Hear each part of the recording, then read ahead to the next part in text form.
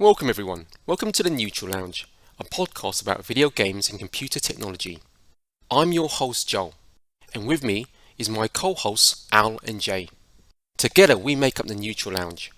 In this episode, we talk about game services, Her Majesty's Secret Service, the consolidation predators are out, who will Microsoft and Sony consume next, the Game Awards, reflective gaming or just too Hollywood, CES 2022 news, how did the big players rate, 2021 in review, an inflection point. Without further ado, let's talk tech.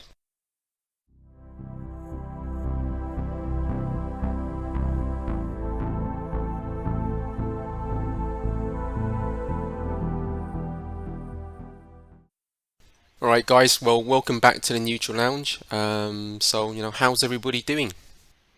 Yeah, not too bad. Not too bad. I'm busy at work, as always, but I've got this week off, so thankfully it's been a while since we've been able to do the podcast, right? I think mostly on my part, but we're here now, getting there. I think Joe, you've had a bout of the COVID. I mean, I've had mine kind of end of Christmas, but I think we're both recovered now, so we're all good to go.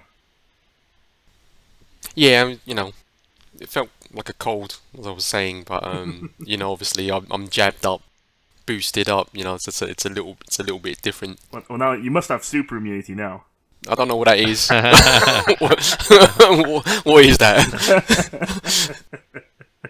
Is that some person who doesn't want to get the jab basically fooling themselves or something? What is that?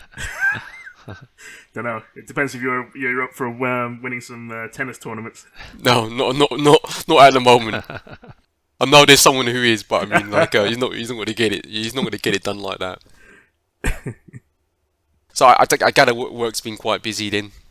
Yeah, and just glad to have this week off just to relax a bit, and then starting again next week. That's mostly me. How about you, Jay? How's it been going for you? Yeah, I've just been continuing with my midlife crisis, and just as part of that, I've obviously got a glasses prescription. You can see my Clark Kent visuals going on here. Yeah, I can indeed. And I've just leading up to me getting glasses, I've kind of been struggling to look at screens and TV, so I haven't actually gamed that much. But I've had a nice healthy break from gaming. I've been following a lot of gaming news. I'm excited to talk about all that's happened in the last month. It's been a very busy January. A lot to talk about. There's a lot. Yeah. And on the horizon, there's Destiny: The Witch Queen release coming out next week. So I'm looking forward to getting back on the bandwagon, and just generally looking forward to this year. I think life's starting to return back to normal, and all those games that have been delayed. It's looking like a nice, healthy schedule this year. So yeah, feeling good. Definitely. Thanks. Yeah, it's certainly kind of started. The year started, with big news and quite a boom. I mean, I've basically moved kind of jobs, so I've not had a huge amount of time to spend on games. But as per usual, I kind of keep up with the news cycles. But that's cool. But again, now we're getting back into it. Let the conversation kind of begin.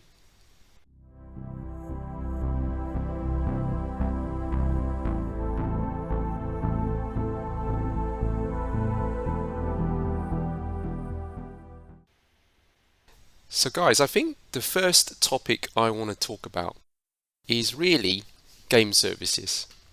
I titled this one Her Majesty's Secret Service, right? Because she does much gaming. No, she doesn't do much gaming. God bless her. Yeah. Look, but as we know, Microsoft have GamePass, and obviously it's clear as day. That's the real strategy. That's the real end game or point for them this generation. They're ploughing in loads of investment into it. Clearly, Activision, Blizzard, Bethesda, ZeniMax. It's there for all to see. Now, we've now heard that Sony have a project in the background called Spartacus. Not sure about the relevance of the name itself. People are calling this an answer to Game Pass. I'm not really so sure about that. because I still feel that the strategies for these two companies will be somewhat different. Yeah, yeah. We can go into that. But Sony themselves have, recently started the year or acquired Bungie. Yeah, and who would have thought that was going to happen? So all sorts of pieces on the chessboard are being moved around. Yeah, and there's going to be continual movement throughout the year. But I just don't know whether they're on the same chessboard. That's the thing here. Yeah, I don't know. We're kind of merging a couple of topics into one, right? So the gaming services and the recent stuff with Microsoft and Sony kicking up almost that next level of competition, buying up companies. It's just to feed more into that, right? It's the thing around the Netflix of gaming, right? This is what they're all aiming for. And I think also we shouldn't forget Amazon. Amazon's hiding behind there. They've got a few things going as well. Oh, 100%. Yeah, we can talk about those. Yeah, we can talk about those guys as well. Definitely. But let's just look. Let's just kind of like take a step back. Let's start with Sony. That's probably the biggest unknown in terms of services. So therefore, the speculation's going to be rife for that.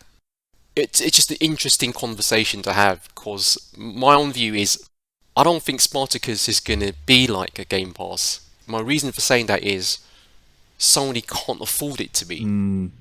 Yeah, they don't have the deep pockets, do they? They don't. In their business model, they can't have this day and date service where they're kind of like pushing their first party games onto that service and not selling them full price. Mm-hmm. They might have some, but I don't think they can go the way of Game Pass. Yeah, that's what I'm saying. But there must be.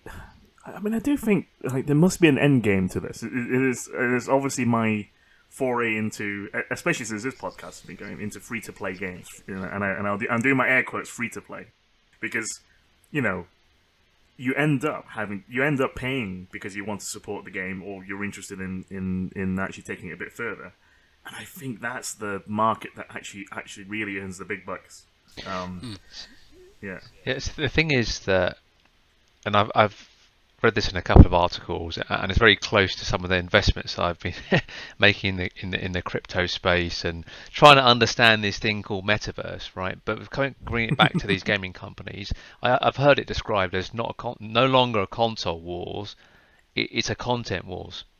But it's a content war happening with this vision or backdrop of heading towards the metaverse, wherever we think it is, right? I mean, let's take the Ready Player One example, right? If that's some sort of augmented reality, virtual reality kind of existence that that will eventually be better than the real world. I think that's where the next level of speculation is, and I think these companies, particularly Microsoft, have justified the level of spend they're making based on that. Whether it will materialise or not, I think that they've had to make a bet just in case, because they've already belly flopped on the whole mobile movement, right? They were too late to that game and made many mistakes in the past. So I thought that was quite an interesting way of seeing it. Going back to the question around, will Sony make a version of Game Pass? I think they're going to have their hand forced in the short term, right? As soon as Game Pass on the Xbox service gets more first-party games, I personally think it's going to be too attractive. The fact that you get so many good quality games, and we're probably another year away from that when it's going to really start rolling, or maybe even later this year.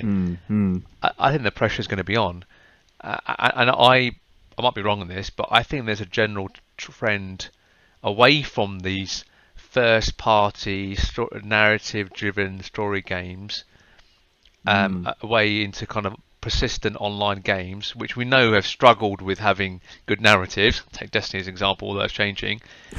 I think those worlds will come together, and Sony realises this. And I think I heard someone describe that Sony has been about single-player narrative-based games, and Xbox has been more kind of RPG online type games, and they're doing a bit of a role reversal now, because you see Sony have already come out and said they want to have 10 platform as service games, live service games, service games by 2026, and Microsoft has got more of those, and Microsoft has been acquiring companies that have single-player narrative games. So it's really interesting role reversals.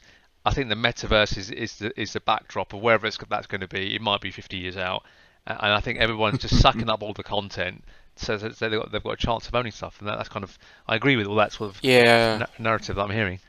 Yeah, I kind of find the whole metaverse thing interesting. I'm not sure, because I'm not sure that some of these companies are necessarily that forward thinking. I think organically we can say that's where it's all gonna head, because Microsoft have obviously big into Game Pass and everything as a service. Sony have got their VR kind of hardware coming out, and it all kind of it's the same pot of things. It feeds into the same end state potentially. But is it a stretch though? If Sony have got VR already happening, Microsoft have got holodeck, is it called HoloLens, whatever it's called, and I don't think it's a stretch, but I don't think that some of these decisions have been made because of the metaverse. So Sony, like you said, they're single player narrative driven games, third person, whatever it may be. So they've got definite gaps in their armory they want to fill.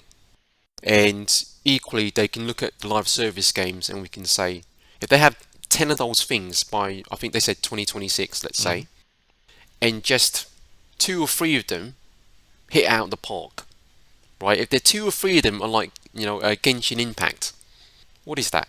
2 billion a year each? Yep. Yeah. Pay for itself. And, obviously with Microsoft and Game Pass, obviously we know single player narrative games aren't necessarily their bag right now. They want Game Pass to mean everything, to be everything to everybody for games, on anything. So they've got to have the content there. They've got to appeal to everybody, really, because the kind of numbers that they'll need to drive Game Pass and make it, let's say, forget about sustainable, right, but profitable over the long stretch.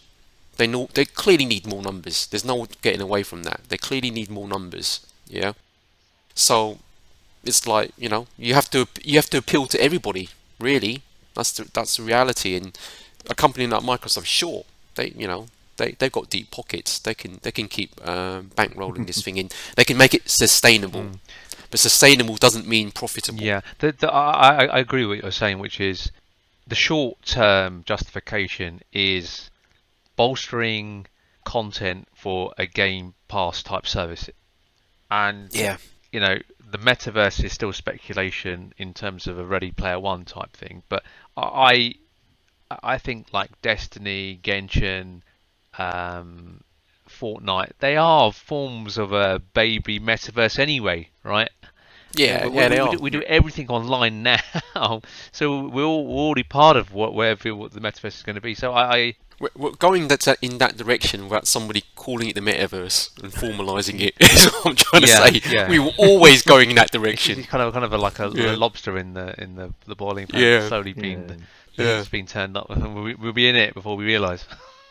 Yes. Hey, Star Trek: The Next Gen, man. The holodeck. Holodeck, yeah. Wow. That was what was that? 30 years ago or something. You know what I mean? So I think it's. I mean, I certainly think it's coming. It's just the decisions right now are business decisions, and I'm sure any gamer listening to this, because we'd be yawning by now, right? But I think that's just reality. But going back to what I think Sony might do, I can't get away from this thing about one Sony.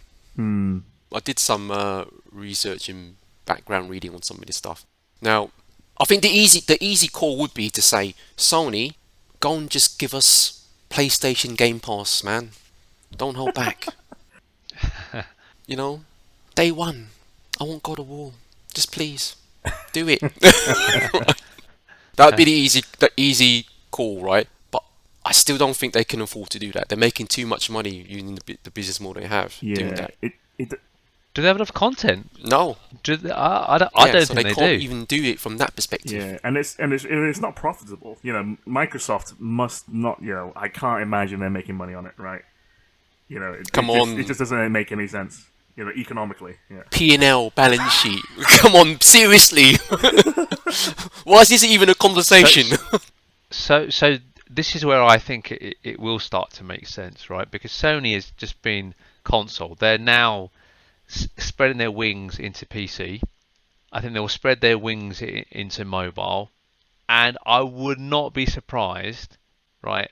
They eventually start allowing some of their games to work on Xbox, right? Xbox have bought these companies and they're playing nice as well. They're saying, look, and we'll let Call of Duty go on because their long-term game is that plan is they want as many different platforms or channels, and they want people playing their games, right? And I think that in the world where you don't have a closed garden of just your console for certain games, I think these these models do start to make sense, and as the gamer community grows, and Game Pass allows you, the games are built so that they're always available. The catalog keeps growing. It kind of justifies the price, and people joining these services to play 5-year-old games because they're available. There's an inflection point where it does make money. They would not have done it otherwise. They're not. Absolutely. The only way they're going to hit those, I mean, the only way that Sony are going to hit some of these bigger numbers beyond what they have now is to have it on other devices. And equally, right, even if tomorrow they wiped out the existing Xbox, or absorbed the existing Xbox community and somehow flip them over to be a PlayStation owners, what is that? 200 million? You know, it's still, in reality compared to mobile and PC, not a huge part of the pie. And I think that's why that's one Sony kind of strategy makes a lot of sense, right? Because they can start encroaching into Amazon Prime, Netflix, all these other things that are there as a service as well, and it's a more complete offering then. Yeah, I agree. What I really think Sony may do is they may give us a more curated taster menu of a service in terms of games, because that's what they can afford to do. Yeah, and that will play to their strengths, and those strengths are we've got the best games, maybe a specific genre of games. But the other thing with this whole one Sony thing is I really don't think they're gonna offer us a games only service. I just think they're gonna be like an Amazon Prime and give us something multifaceted. So this is really interesting because the part of the justification for Bungie wanting to go into bed, let's say, with Sony, is they want to start doing TV shows and movies, etc. And Sony's got all of the capability to do that. Correct. And also I understand that Bungie's going to help, based on their experience, help Sony with all those live service games, whatever they may be. Correct. And grow themselves to another level, right? And they've got deep experience in that space. Yeah. I can envisage this world where Sony and Microsoft start playing nice. And the question I want to ask you, right, is, because I've heard this as part of the justification, but no one really knows, right, that Microsoft and Sony were scared of some of the other typical fangs, the Facebooks, the Amazons, the Apples, potentially buying out some of these gaming companies, because some of them have tried to make games and haven't really succeeded. I don't how much do you think of that was a reason for why Microsoft and Sony have gone on this spending spree, or do you think that's not really much of a challenge? Al, what do you think? I've got a view, but I'll start quickly. I'll say I think it's just the right time in the market to buy some of these companies whilst it was cheap. Although, interestingly, the pandemic probably helped a lot of gaming companies because there was more people actually being onboarding onto it. So I think it's just timing-wise, I think it was just right for them. And I think, the competition, if you talk about Facebook, Amazon hasn't been doing that well, really, with New World, although some of the more recent stuff has been improving. And I would say that, Facebook has kind of nosedived since it changed its name, so... Yeah. I mean, they have Oculus Facebook. By the dip, that's what they say, don't they? This is what I did. I mean, I don't think the fangs had anything to do with it. I mean, obviously, you keep one eye on the competition, but I think I was right to say that it's about opportunity, and Game Pass clearly you need. They're moving in. They want to move into a model where they can offer you a blockbuster every month. With Sony, I mean, the Bungie acquisition is quite a strange one because it's so far removed from any other acquisition in terms of games they've ever done, right? And they went out of their way to say this is multi-platform. Both the Bungie and the Sony camp at the most senior levels. It was a capability purchase versus a gaming catalog. The gaming catalog is a bonus in the deal, I right? believe so. And I mean, I don't know what their next IP is going to be like, but you can imagine Destiny remaining multi-plat. I mean, it's generating loads of revenue that way. You can imagine this new IP potentially, matter. Maybe it goes first on something like PlayStation, but I still think that everybody else will follow.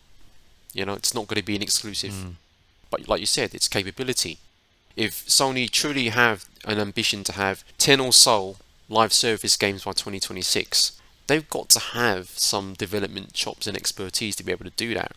Because as we know, live service games, they can fall by the wayside rapidly, Yeah, very hard to do, yeah.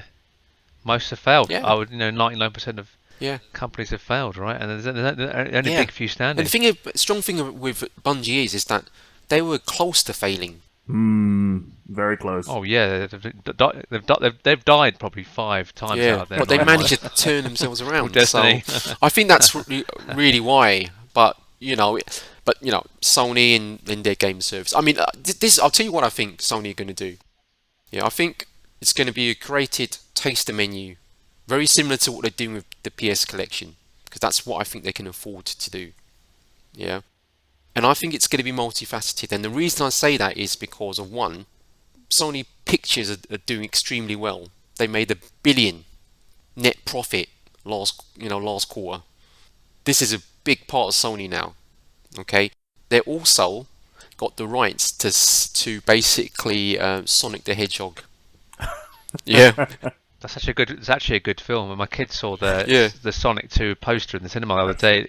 With Tails on there. After with Sonic's an interesting one. It was only at the uproar from actual kind of proper fans that fixed the animations that actually solved that problem. Because I think if the animations were the original, what it looked like, I think it would have bombed. Yeah. So what I wanted to say, and then not to detract the what Sony going to do, just very quickly that I think the quality of the movie tie-ins and the TV series, the quality's gone up. They've been cheesy. It's no longer the case. Sonic being a good example. Uncharted. We've got the Last of Us TV series, which looks quite good, right? There's the new Halo. I think A-listers. This big money A-listers in these movies. Yep. A-listers. Yeah. Yes, it's not geek. It's not Street Fighter with Van Damme. Yeah. That was a horrible movie. If you guys remember that. Oh no! Come on, that's a classic now. That should have ended any kind of movie tie-in video games if anybody had any sense. My kids can't play a retro game because there's not enough happening on the screen, and they can't watch these retro TV movies because it's too slow. They're so used to, like Encanto, right? There's so much happening on screen. It's too slow. So anyway, let's get back to the point about what you were saying. Could you imagine Sony Pictures spinning up kind of like a Disney style thing, but they'll have a kind of group of kind of gaming films. Yeah, they will. It's almost like a Disney characters, movie, games, TV series, theme parks. Maybe add a little bit of a theme park, right? Definitely Metaverse play, and NFTs, the whole China, shebang. There already is things like this, right? And this is the other thing is that you think a lot of these games that the West, because we're exposed to the Western market. In China, the things like Genshin Impact and these other games, they are they're so much bigger over in China and Southeast Asia that they do have theme parks. They do have these collabs, and things like off the back of introducing traditional Chinese opera in Genshin Impact, the whole thing had a massive surge. Chinese opera ticket sales were through the roof. It was insane. Just off the back of gaming collab. Yeah. Are we saying gaming's going mainstream and no longer being a geeky? It's getting there. I'm saying gaming's It is getting mainstream, there, yeah. and I'd say everything, and I'd say gaming. You're gonna start seeing, you're gonna see gaming being more in pop culture than it is already. Yeah. And this is why I think, Sony and PlayStation would want to go cross media for these reasons. Yeah. Sure, yeah. I've just we're going on a massive tangent, but just see what Disney's done with Marvel. They've Sony Pictures must see this. complete They must see this, right? Yeah, and not only do yeah. they see it, they're the thinking, dollar bills. well, how can I get some of this? They're kind of scratching their head, goes, don't we have PlayStation and all of these characters, beloved characters? And well, there's a stream of them coming, right? Uncharted. I think you're right, 100% Uncharted right. movie. There's a whole bunch of stuff coming. Yep. Yeah. The Last of Us Absolutely. TV series. And guys, you look at some of the news that's come out of Sony PlayStation. So, going back to what the service could be, we've said it could be curated in terms of games. They'll kind of extend the PS collection. They had a video trial in Poland for PlayStation. Okay, they trialed that, and they did this weird game trials thing. Yeah. Recently, and it was very weird. It's like you said, Al. These are just games demos, right? Yeah. And you're right. But hear me out on this theory. One of the advantages of Game Pass is you can go in and you can sample games, right, that you normally would never buy. Yeah. True. Yeah? Yes. True. But you may not, let's say, play them for days or hours or months. You just want to just while some time. Check it out. Yeah, 10 hours. 10 hours, 5 hours. So you can imagine this games trial evolving to something where they say, you know what, for part of this service, as part of a tier, we'll give you X amount of hours of time on any game you want. It's not a demo. And one of the reasons they might be okay with that is because they've seen the statistics when they actually A/B tested this thing. Yeah. And then you factor in backwards compatibility, which I kind of think they're going to let us down on. But I'm hoping they're not going to do that, because that's another lever they can pull. PS Now, there'll be some streaming. Again, I don't know how that will look. Yeah, you can download games on it. That's kind of died a bit of death, hasn't it? Kind of like xCloud, even. Let's talk about that. And the Google one's died. No one's really spoken about it. GeForce Now is the only one that seems to be doing anything that's got any kind of even then, the problem at the moment is the world hasn't started traveling yet. Like I could see myself using it. That's true. I could see myself using it if I was in the middle of nowhere on a business trip, and I didn't have access to my laptop, or I didn't have access to my PC. With the assumption you have good internet. Yeah. I mean, well, the hotel internet is very sporadic. But with the birth of 5G and the next 6G and all that sort of stuff, you'll eventually get to a point where actually I can game anywhere. Potentially, yeah, but that's kind of years away for now. For reliably gaming anyway, I'd say. The other thing, guys, not get distracted again. Sony's bought Crunchyroll, all right. They basically bought Evo, which is, competitive online, competitive kind of gaming tournaments. I guess it's the premier, the premier fighting kind of. But that was another tactical one, because their reputation got absolutely trodden down because of certain things that were happening within that space. So it's another opportunity, right? Just to buy Activision, yeah. Just what I'm just trying to say is, if you look at all of these little bits and pieces and these peripheral things they've been doing on the outs, around what their meat and potatoes is, I just feel they've been up to something for a long time, right? I agree. Yeah. I bought some of their stock. I'm going to buy some more as well. And it's not Game Pass, but it's something. Yeah. And if they did it properly, it could be actually very special indeed. Yeah. So just to play back, what I think you're saying is that they don't need to compete. They will have some offering similar to Game Pass, but they will never have the depth of pockets to offer the breadth of games as Game Pass. But their first party games, some sort of back catalogue, and that some sort of ability to demo games for a short amount of period, which is, to be honest, one of the big sells of Game Pass anyway, right? That they'll be able to compete on that level, plus the fact that we'll have the allure of movies and TV shows and all the branding that go with that, plus also the live service games, which will then bolster it up again. They'll be in a good place in a Guys, few years' time. yeah, 5 who years' doesn't time, let's love say. Amazon Prime? I mean, you don't use everything in Amazon Prime. That's the silly thing about it. You don't have to. You don't Yeah, have to. but you get a lot of very varied little things as part of that package. It's true. So It's- that's what I'm thinking on at the moment, And like obviously, the armchair CEO has just spoken. You know what I mean? Like, so clearly it's gonna they've got so many little pockets of goodness here. If they could just find a way to bring it all together.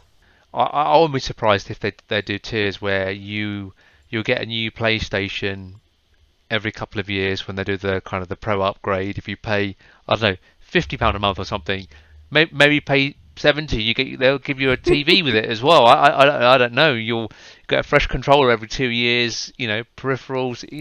It's all sorts of things. Well, Yeah. People are willing to pay 70, £80 a month, and then that's it. No huge expenditure up front.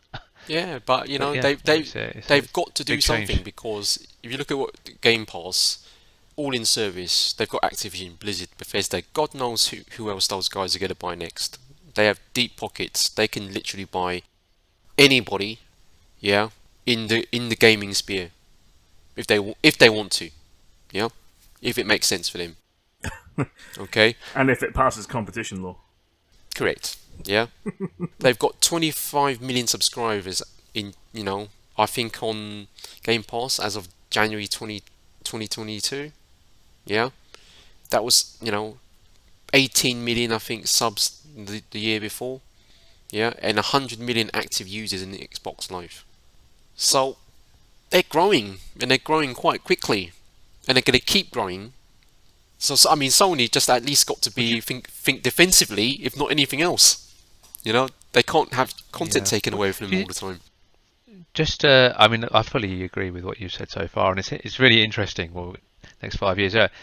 As three relatively hardcore gamers, would you be willing to pay for two subscription services, Sony and Microsoft? Now, why don't you go there first?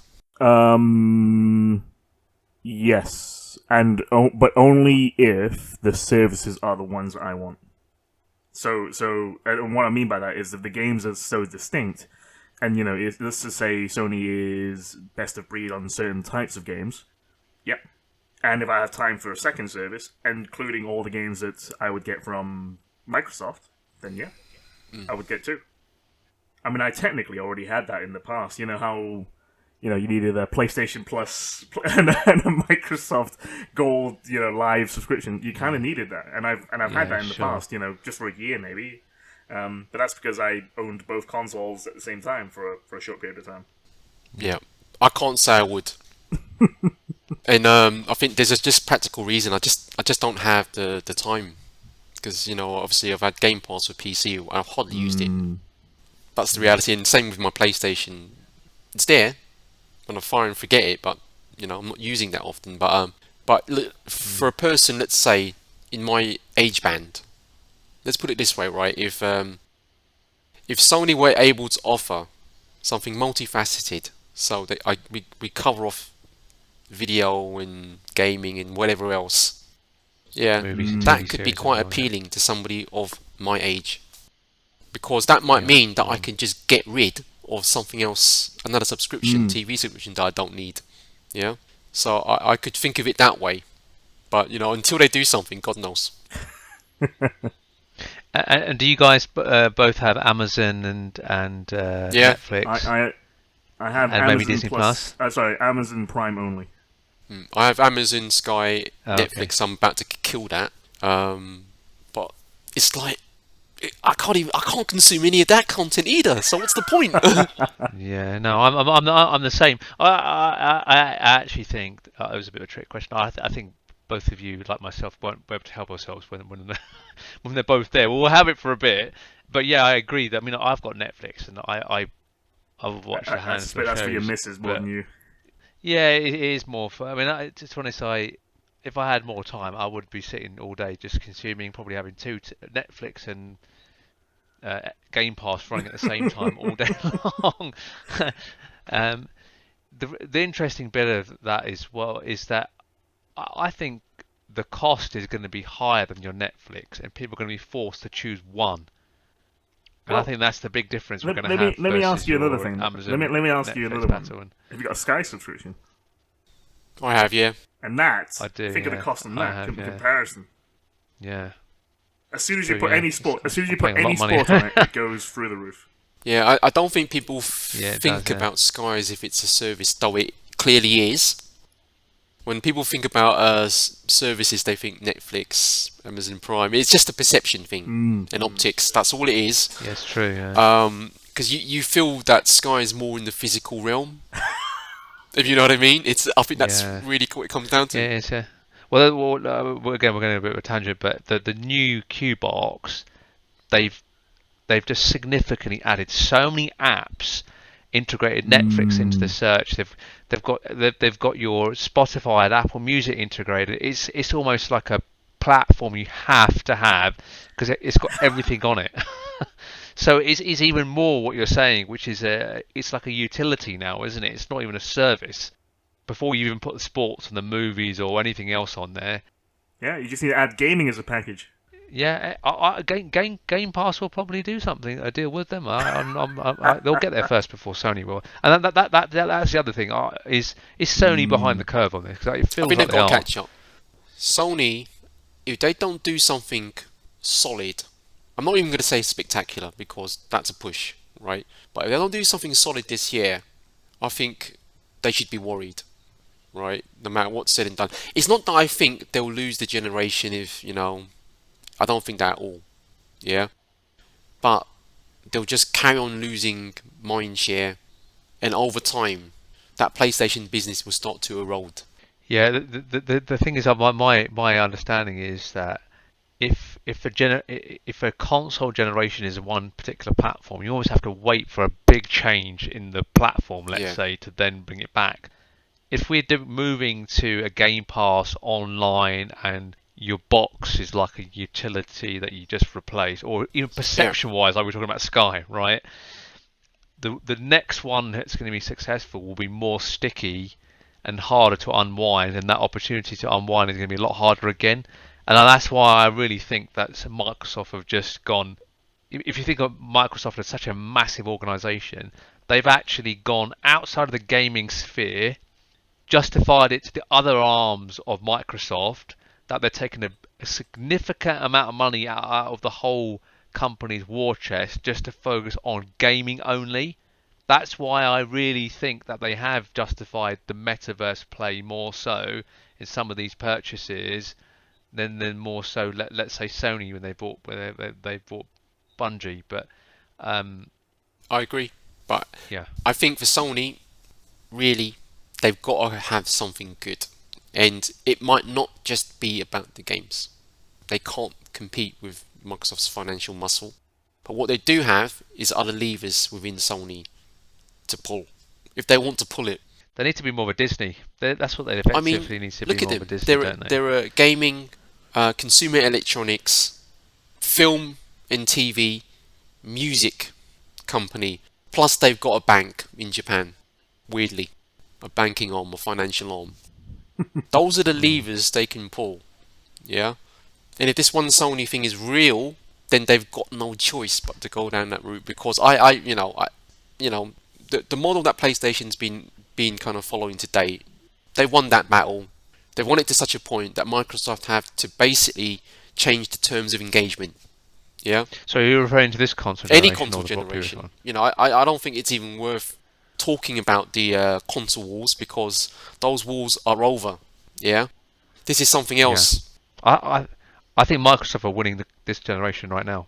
Although they haven't sold as many It's not about the consoles, consoles any longer. I think that exactly they're Yeah, winning this one at the yeah. moment. They're ahead. And this is why, whilst Sony might be selling more consoles in 2, 3, 4 years, who the fucking hell cares? Do you know what I mean? Like, Yeah, it's true. Yeah, excuse my French. But, what Sony have got. Sony has gone through a massive streamlining of their whole business, and it's been going at an aggressive pace for since 2008, 2009 when the last financial crisis, right? So they're lean and mean right now, and they seem to be firing on all cylinders. So there is space for them. That's one thing. Then they're fit and agile right now to do it. They've got a history in the media business which Microsoft doesn't really have, and probably mentioned this point already, but they've got the Disney. They've got the basis to create a Disney, which Microsoft doesn't have yet. They've tried to acquire companies to create that. So yeah. But they can't have that tunnel vision for the PlayStation business, because if they do that, what I kind of feel is like, give it 5 years, the PlayStation business isn't going to be the way it is now. You know what I mean? Yeah. I think they'll be fine, because they're in a fight or flight mode. They've been in that since 2008. Last when they almost died. It's also very true. But this is a new Microsoft. You know what I mean? It's they're going at them in a different way. If you know what I mean. Microsoft are also, if you read up about not just their gaming arm, their Satya Nadella's really transformed the whole company, every product line. They are an efficient machine as well. They're no longer the kind of the IBM. Yeah. I mean, that's how they perceive. They're more closer. Obviously, they have different products and different customers, but they're moving more closer towards your Apple. Not like that completely, but they're more close to that than they have ever been versus an IBM.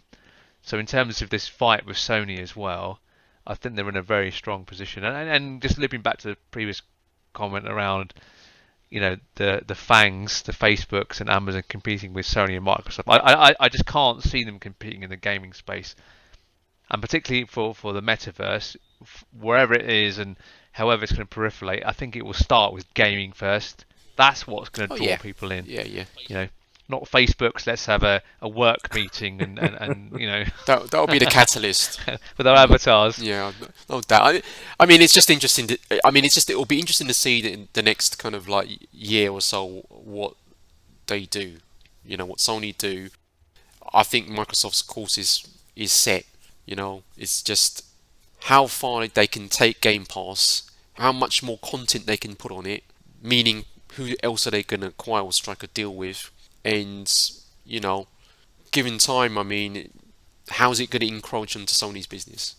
They're not careful, it's going to massively encroach onto Sony's business, Conversation's death now, but I don't know if you remember a couple of years ago, there was a bit of a news release where saying that Sony had done a deal with Microsoft to use Microsoft Azure for their cloud platform. Yeah. So they're having to go into bed with them anyway for that. Whenever that could be anything right though, for that. For all we know, because it was a Sony corporation. Yeah, I suppose. I think as gamers and most of the gaming press and just like the whole Microsoft versus Sony war in gaming is such a topic. They kind of like maybe kind of seeing something where there's nothing to see. If you know what I mean. But let's say we live in this 6G, 7G world where you don't need your broadband plugged in and all the rest of that, and you got low latency. You're not going to have a console. It'll be on a cloud. In that universe, there's no way Sony are going to have their own data centers, and they can't build that infrastructure. They're going to have to rely on your Google Cloud or your Azure they won't need to. They're not in that sort of business, but they'll have content to put in it. That's right. They're a content company. They have no hardware console. They're likely to have a VR headset, because like I said, one day Sony won't be able to sell a console. But what can they sell you? A VR headset. That's pretty much it. That's it, yeah. Phones maybe. Yeah, I mean even Stadia, NFTs. Yeah, well, God knows. Let's not go there. I mean, Stadia is spinning off their kind of like technology to allow people to stream on it now, is what I understood. So that happened, and it that wasn't a surprise. What's Stadia again? Yeah, exactly.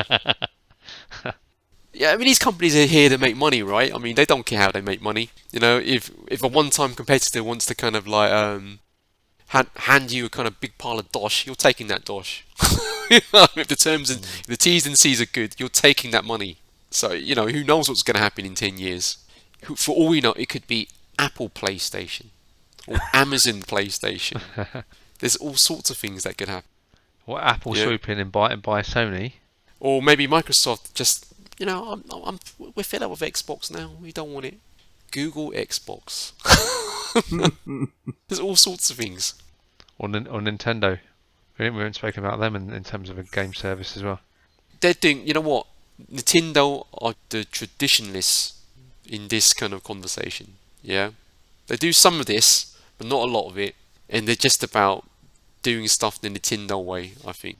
Keeping in the context of a game service, I think Nintendo have just about got away with staying as a toy company, but still straddling the line between a game company, and they've just survived by having the bare minimum online service in the last generation or two. I don't think they can last in their current form towards the end of this new generation and into the next, unless they fundamentally change. They're going to have to make a decision. Are we going to go similar to Sony and become a kind of a version of Disney and a media company? Because I know they're doing theme parks. There's a Mario movie coming out as well. There's a whole bunch of movies actually coming out from Nintendo, so playing in that space. I think they're going to be forced into the same hand as Sony at some point and have to make a decision, because I don't think they can carry on selling you stuff, because that will run out as well. I think it just depends on their ambitions, I guess. I mean, you know, because you know they've been following the same model for such a long time, if you know what I mean. I mean, to me, it doesn't feel like they've changed much. I mean, the device might be different, but the fact remains, right? The best games on any Nintendo device are from Nintendo themselves mostly. Yeah. And the reason the fans are right behind that product mostly are because of Nintendo games, and that really hasn't changed for as long as I can remember.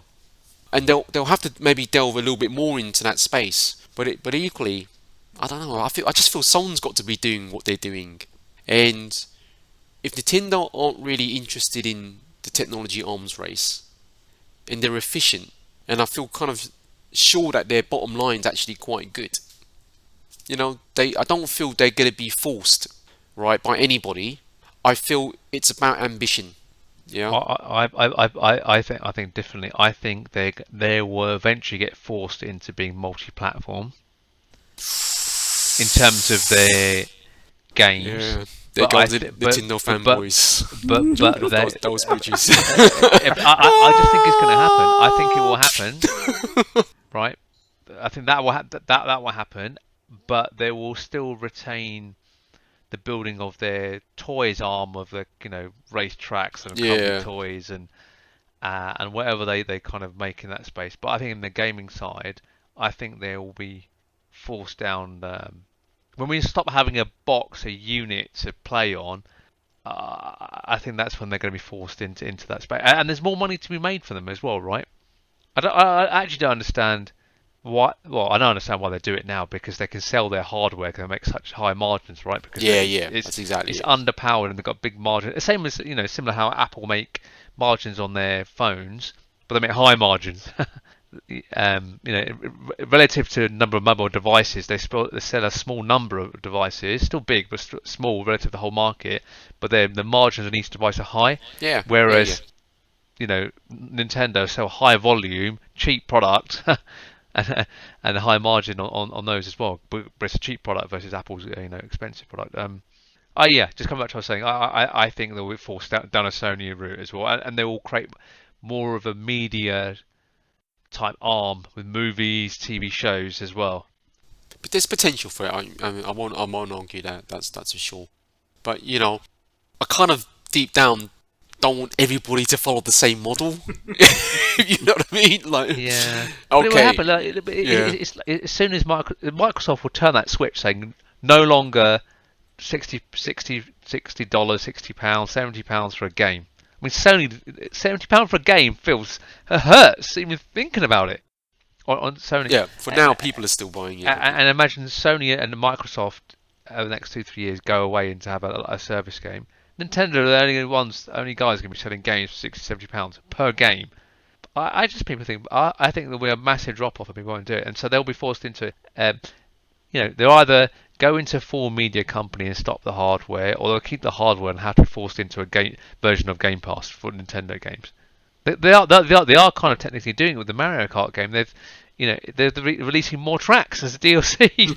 Yeah. I think the Mario Kart 9 will be more of a platform game as a service platform versus being a new release. It really will just depend on, I mean, it comes down to like where can I spend my time, and for Nintendo, if I can get those same experiences elsewhere, then yeah, they are in a bit of trouble if they don't adapt. But right now, you can't. You have to play it on those Nintendo kind of like devices, and that brand loyalty they have is probably one of their biggest saving graces. Yeah, I think that because they've got a mobile hybrid console, plug into TV and mobile, and it comes with 2 controllers, and you can plug 8 in quickly. And it's got couch co-op games, and they're kind of like they've got complex games and simple games. Those things have kept it afloat. Yeah, but they're doing quite well. They are doing very well, yeah. Well, that's also because they've got their model is actually vastly different, right? I suspect their licensing on things like Pokemon actually carries them a lot. Yeah. I mean, that does. They make quite a bit of money on that, I think. But I mean, if you look at them, I mean, they're the only. I mean, apart from the Steam Deck, that's obviously come out, but I mean, they're the only product like that, and they've always been the handheld kings for as long as I can remember, as far back as the Game Boy, even further back than the Game & Watch. If you remember those things, But when you're plugged into the Metaverse, will you want a physical device to play a game on? No, I don't think so. Hey, I'll tell you what, man. They've tried they've tried to give us say mobile phones are the best devices to play mobile games. Right? I want to feel that something that's tactile, not this kind of like come on, that's not gaming. I mean, Well, you could probably eventually at some point, I see it as 5G, 6G, whatever kind of comes along. The phone will be the vehicle which actually does the streaming, right? And then you just put on a VR headset that goes with it. yeah, for me, it's not really just about the streaming, but you know what? I just want to have something that like a controller in hand. Oh no, but you would still have your Bluetooth controller or something, right? Yeah. To plug it, but your console is your phone. That's the thing. That Yeah, becomes a potentially console. we've heard that plenty of times, but I'm not sure. I'm just a bit skeptical on some of this. That's all. Yeah. I think the services will take off. When in doubt, just buy the sell or buy NFTs. That's the answer. Yeah. When in doubt, just lose your mind and just evaporate your money, burn it. Yeah, indeed. I mean, one last thing before we actually leave this subject, because we've kind of like gone on a marathon conversation about it, right? But I thought we might do. Is like, what do we actually think the FANGs will do? I mean, we've got Amazon. Obviously, they've had a recent foray, and I think they're going to continue that experiment, if you want to call it that. Google have obviously done away with Stadia by the looks of things. Apple have got their Apple Arcade. For me, I'm not really sure about Apple. I think they're not that interested. That's how it feels to me. They're happy with what they have. I guess Netflix, they're doing more mobile gaming, and obviously Facebook. But as far as I can see, Facebook's about the Oculus is really what their gaming USP is at the moment. But do we see those guys really, really aggressively making inroads into gaming? So again, this is my view, right? Imaginary metaverse, right? There has to be something that's creating the growth in the next 10, 20 years, right? And it might be a repackaging of where we're going to go anyway, right? If you take Apple, they've traditionally made money on their hardware, but they have pushed very hard into services. With the Apple TV Plus, I guess you could argue they've had music. I think that in this new world, because go back to what Al was saying, people are just going to consume everything via a headset, I would imagine, right? movies, TV shows, phone calls, whatever. I think them having, the need for a laptop or a phone or even a watch in some degrees might disappear. Oh, I hate So, this so new world. You know, yeah. I don't like it. So I think Apple are going to need to own more content and more media in that new world. So I can't say for sure, but I feel like they are going to take gaming more seriously. I just feel like they've made money on the Apple ecosystem, the App Store, gone into Apple Arcade. The next a logical step is making games, and Amazon have started to do that a bit more. I think Netflix are playing around a little bit in that space. If I was to make a bet, I think they will in the next 5 years actually push into that space. Yeah, I kind of think Apple's an interesting case because they're such a closed ecosystem that any kind of move into gaming they do, I just can't imagine it sitting on any other kind of platform. Obviously, you got the streaming side of things, but then you'd run these games on, the Macs, the tablets, the iPads, the phones, and maybe the Apple TV, devices, and that's how I kind of envision it working. But they've changed a bit. I'm sorry to interrupt there because you can now get Apple TV on your Skybox. You can get it on different TVs. You can also do the same with Apple Music. You can get Apple Music on your Android phone. So they have on Yeah, their content space, they've had to not have a walled garden for that. At the moment, their own physical products have a better UI and experience, and they're also trying to sell yeah, that with that. So they're still funneling people towards their hardware business because that's where they make most of their money. But yeah, I think under Tim Cook, and I wouldn't imagine under Steve Jobs, they would have actually moved away from the walled garden. But I think they're moving away from wall. They're always going to, in the short term, I always think they're going to have walled garden because they have the best experience. They can control the experience to justify people buying their hardware. yeah, But when you the expense to make content, movies, TV shows, and games, the cost of that is so high. You have to kind of go multi-platform, but you're losing so much money on the table. And then you can see that from Microsoft, who've been smart with their kind of yeah. Sony are going that way. Minecraft, and Sony going to do that as well already with moving their games to PC. So that's kind of where my head's at. Yeah, I think that's thinking about. I think that's a fair cop. I mean, at the end of the day, I mean, people are just going to start treating games as if they're any other piece of content. I mean, I think it would just be Amazon. Amazon will make the most inroads. I think with some of the stuff that they've got brewing behind the scenes. I think they actively want it, though. I mean, how it feels to me is that they've tried and failed and tried and failed.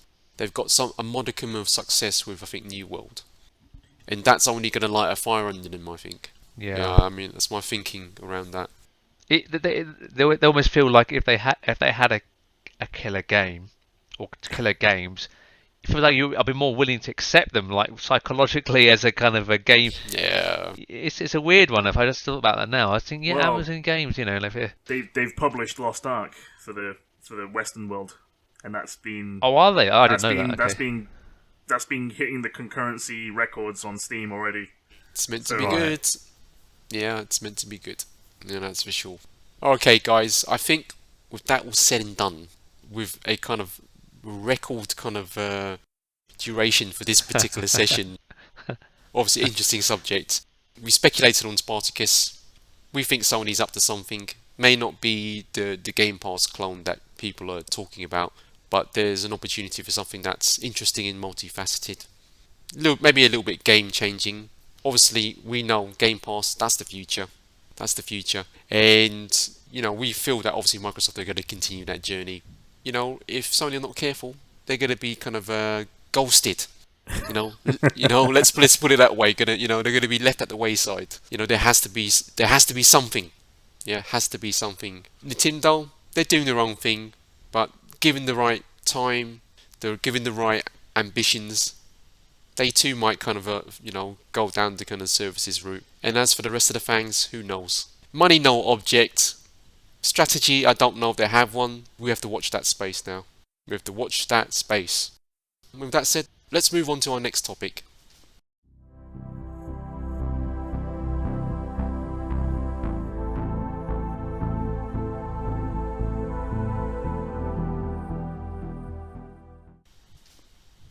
Okay, guys, let's move on to the next topic. What I call this one is the consolidation predators are on the hunt. Who will Microsoft and Sony consume next?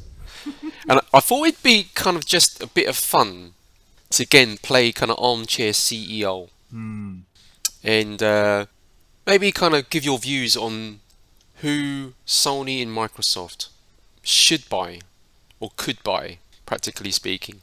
Who does it make sense for them to go after? But let's kick off the conversation by asking, number one, is this good for the industry, this consolidation? In terms of Microsoft and Sony, are we talking about different styles of acquisitions? You know, Sony, I've said multiple times, they're going live service, so are they just going to be hell-bent on buying expertise? You know, are they just kind of purchasing because of this cross-media ambition they may or may not have? And general thoughts about the Activision and Bungie purchases. You know, why buy them? What's the benefit of this? You know, to either platform holder.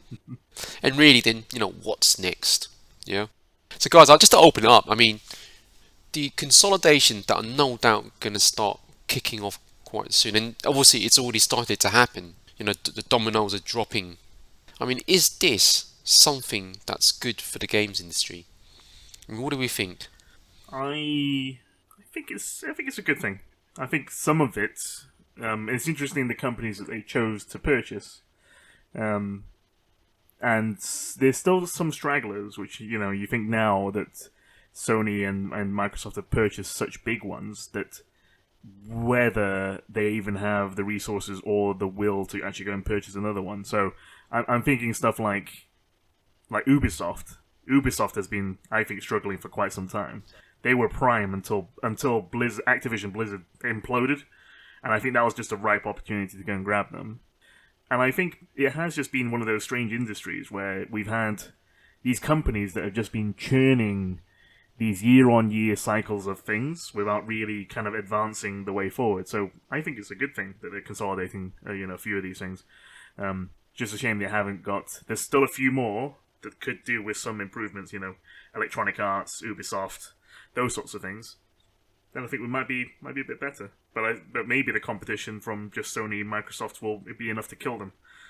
So yeah, I don't know. Interesting. So you're for consolidation. So the Monopolies Commission not gonna like you very much. That's for sure. Okay, that's an interesting perspective. That's for sure. But I think what I'm hearing from you, Al, is that you think alignment with some of the big platform holders might even actually drive more innovation. Obviously, you're thinking of Activision's yearly COD releases. I mean, they're just a COD studio, really. Same they're just stuff a year on COD year. company. Yeah. Not as bad as EA, but still quite bad. And UB could obviously do the same thing with Assassin's Creed and so on and so forth. Okay, so that's an interesting perspective. Joe, how about you? What do you think of this whole consolidation phase we're going through? So I think it's inevitable. So that's one perspective I have. If we look at the last 10 years, the middle market of games has fallen out. The THQs, and all you've got is kind of the big publishers, and then you've got the indies. I think these big game studios have been struggling to innovate, which I was clearly called out, and they've been churning out the same sort of stuff again.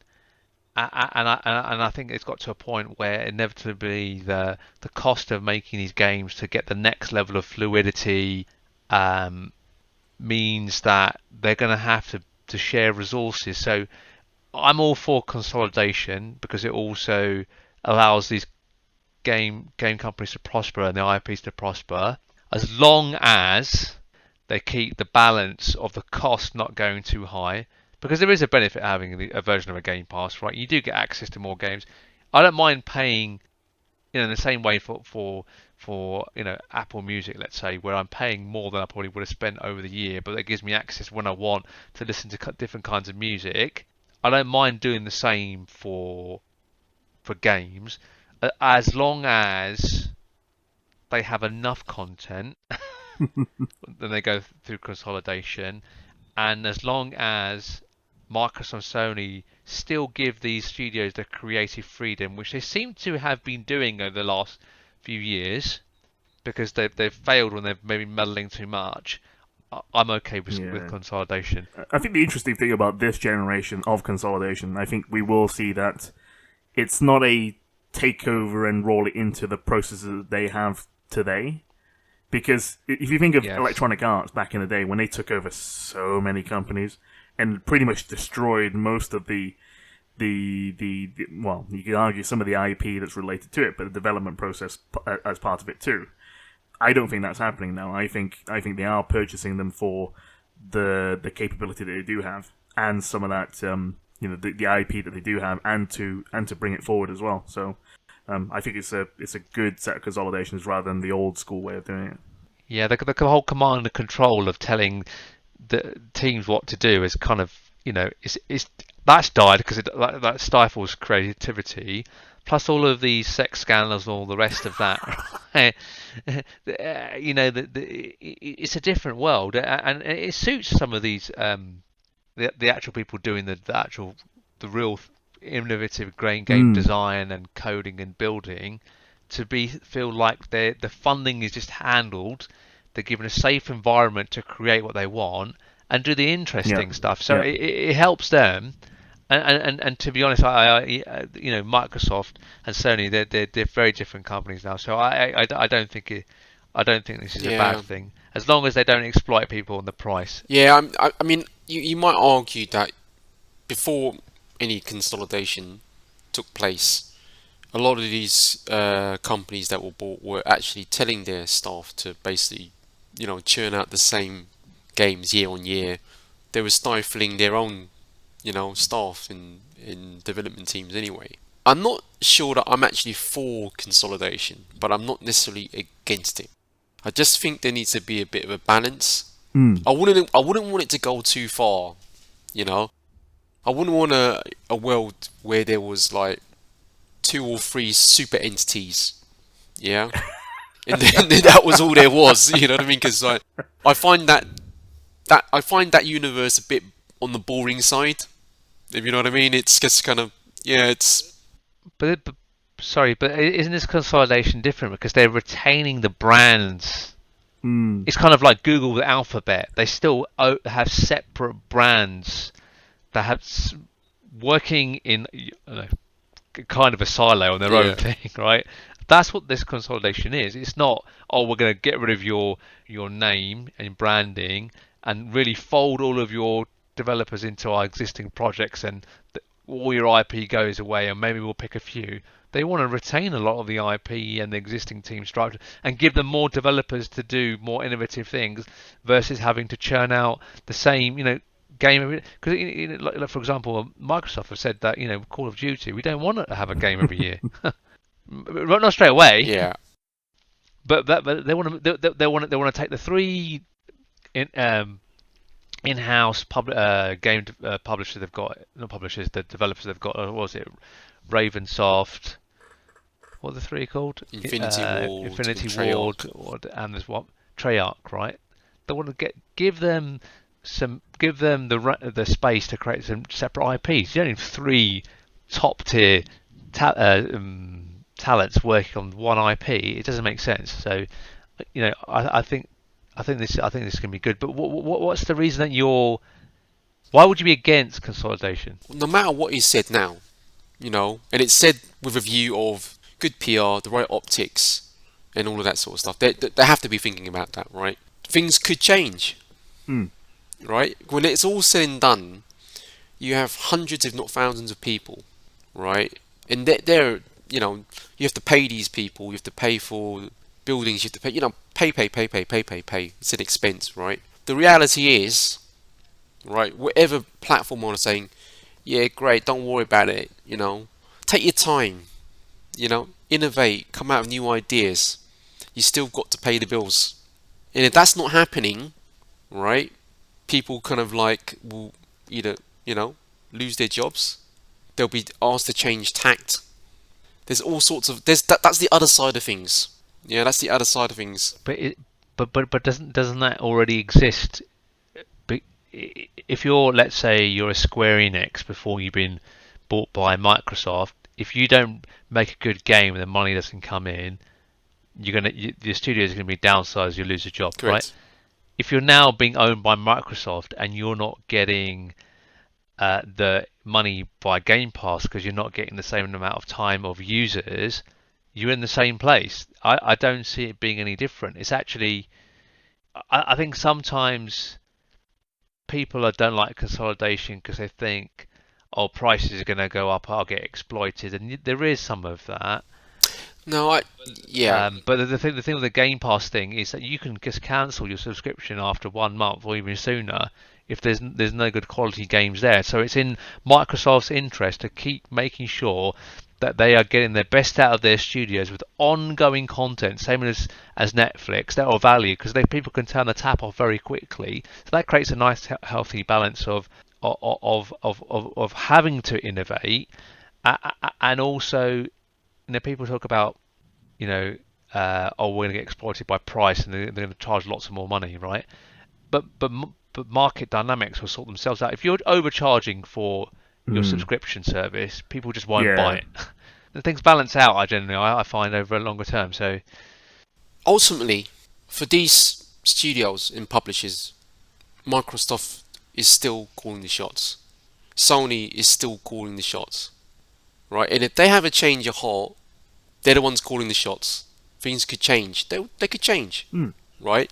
Whereas if they're not in the same pot, let's just put it that way, yeah, I just think there's a little bit more kind of flexibility and diversity there. And that's my only kind of thing about this. Maybe. yeah, I think it's but even like ZeniMax, right? And they've got this as over umbrella. They've got their sub companies or brands inside. They'll go to a third party to get funding for some of these projects, and they'll pay them interest on that. So I don't see it being any different, because within ZeniMax, their own, if those studios aren't delivering what ZeniMax wants, and ZeniMax being the master, then they'll get chopped and changed. I don't think it's actually that different. Sorry, Yeah, Al, you no, want to say I something? think I agree. I think they can go off and continue to get funding from external sources. It does depend on an overall how does Sony and Microsoft want to control these companies, and how much, if a CEO still exists underneath it, or how much control that particular person has, right? So, and I think they should be allowed to go after further investment. I think what you're saying would kind of work quite well if these companies had full and true autonomy away from their parent companies. The moment that changes, right, things could be very different. Yep. Yeah, and yeah, it may be no different than being with But we the already, Activision of today. Yeah, well, we saw it with Blizzard going into Activision, right? That was already, you could already see that happening as it was being squeezed. Blizzard was being squeezed by Activision as it was going through that process. You can argue Bungie was kind of going through that process as well, right? And thankfully they managed to get out of that situation. So it can happen. Depends on the company, the overarching company, whether they want to squeeze it or not. And another perspective is this, right? The whole concept of people saying consolidation bad comes from companies buying out other companies and competitors, and there's less options for the consumer, then the price goes up. In the gaming space, the prices have been fixed for so long. Even the Game Pass and what Sony's version of that is going to be, there's a ceiling on that anyway. And the discussions we talked about before, where the game studios have realised or that they can't meddle with the actual what the teams are doing, because you'll create a game that doesn't work. I think consolidation in this industry means something very different, and I don't think it's necessarily a bad thing. And I think with the actual developers, it helps them. Someone's managing their building, the lights are on, someone's going to outsource their marketing and online presence. They can just focus on the core game and getting that right, the stuff that they're actually really interested in. So I think it works both ways. Yeah. I don't know. That's kind of where I stand. It's just, I feel people compare this to just other industries, and it's just not the same. I mean, you're right. It isn't the same. That's for sure. But you give any one entity too much power, they can abuse it. That's also a reality. But I would also Right. challenge it and say I it's agree not with just that. those two, right? You know, Yeah. you've both Absolutely. been mentioning, games of £60, £70 per AAA title. That's what we're kind of calling it.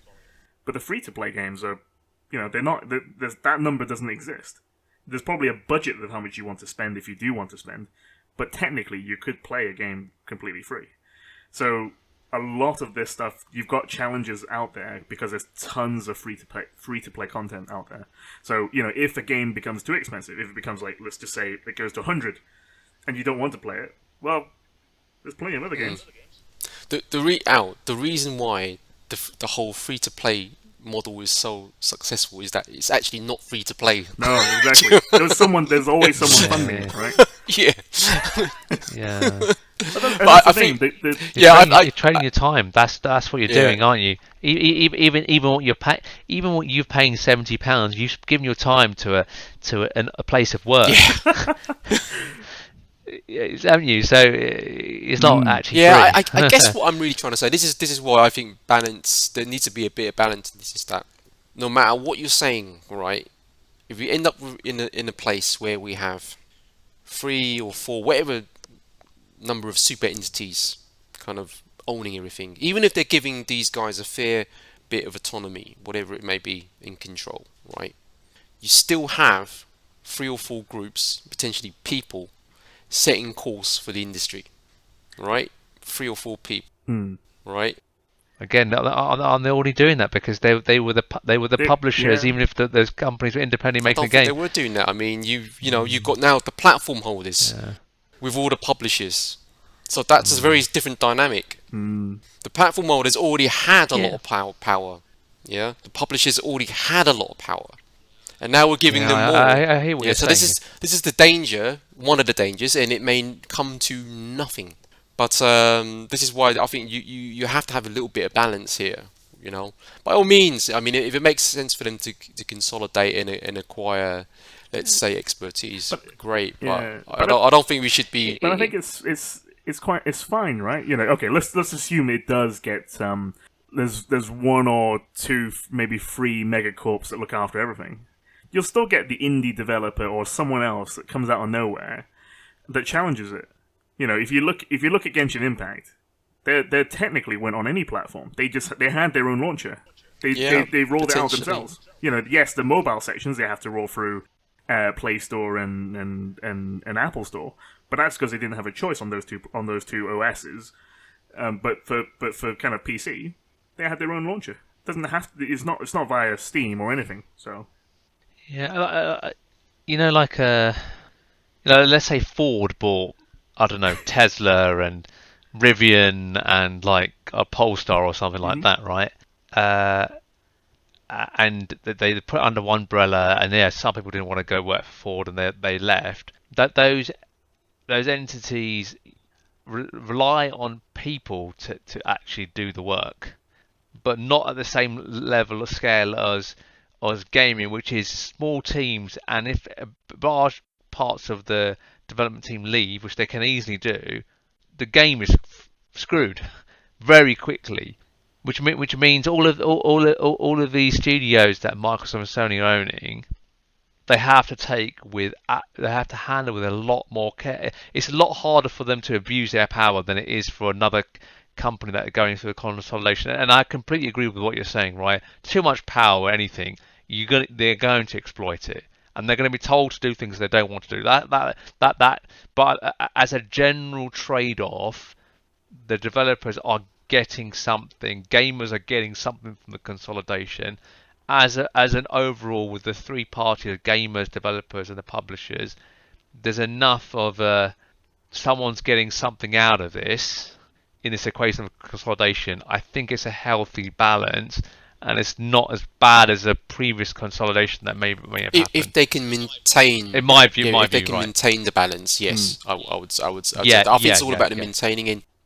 And what we're saying about the developers saying, F this, I'm not working with these guys. I'll go somewhere else. Screw you. Yeah. There's only 3 companies. Where the hell are they going to go? They've not exactly got a big choice in it. That's shrunk. It depends. Right? They could go to a startup.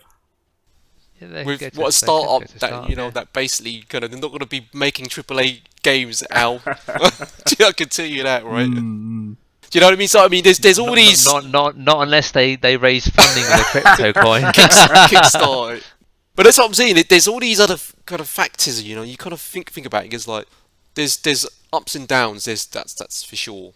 I mean, like it's fair to say that Microsoft really almost rolled in like a knight in shining armor to Activision and relieved them.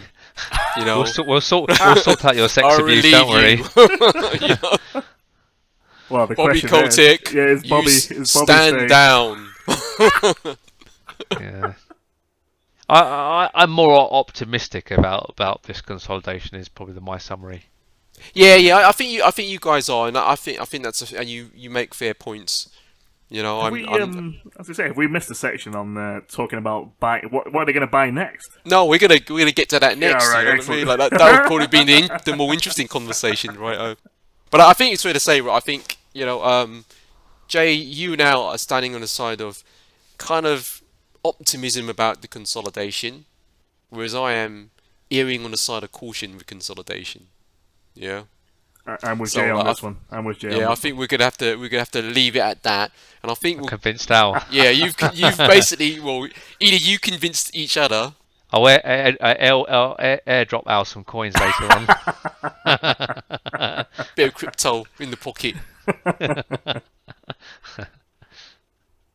So obviously, Microsoft, Sony, they're out on the market on the hunt for new acquisitions. Gobble, gobble, gobble, let's go shopping, and all that kind of stuff, right? But who do you... I mean, let's start with Microsoft. It's clear that they're not stopping anytime soon. Yeah? There's more to be had here.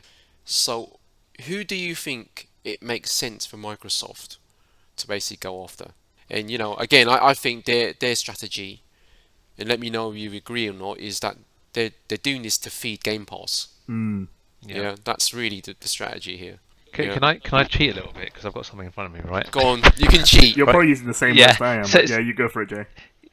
So we've got Tencent that are market cap of 562 billion. So that's off the cards. Sony themselves 156 billion, right?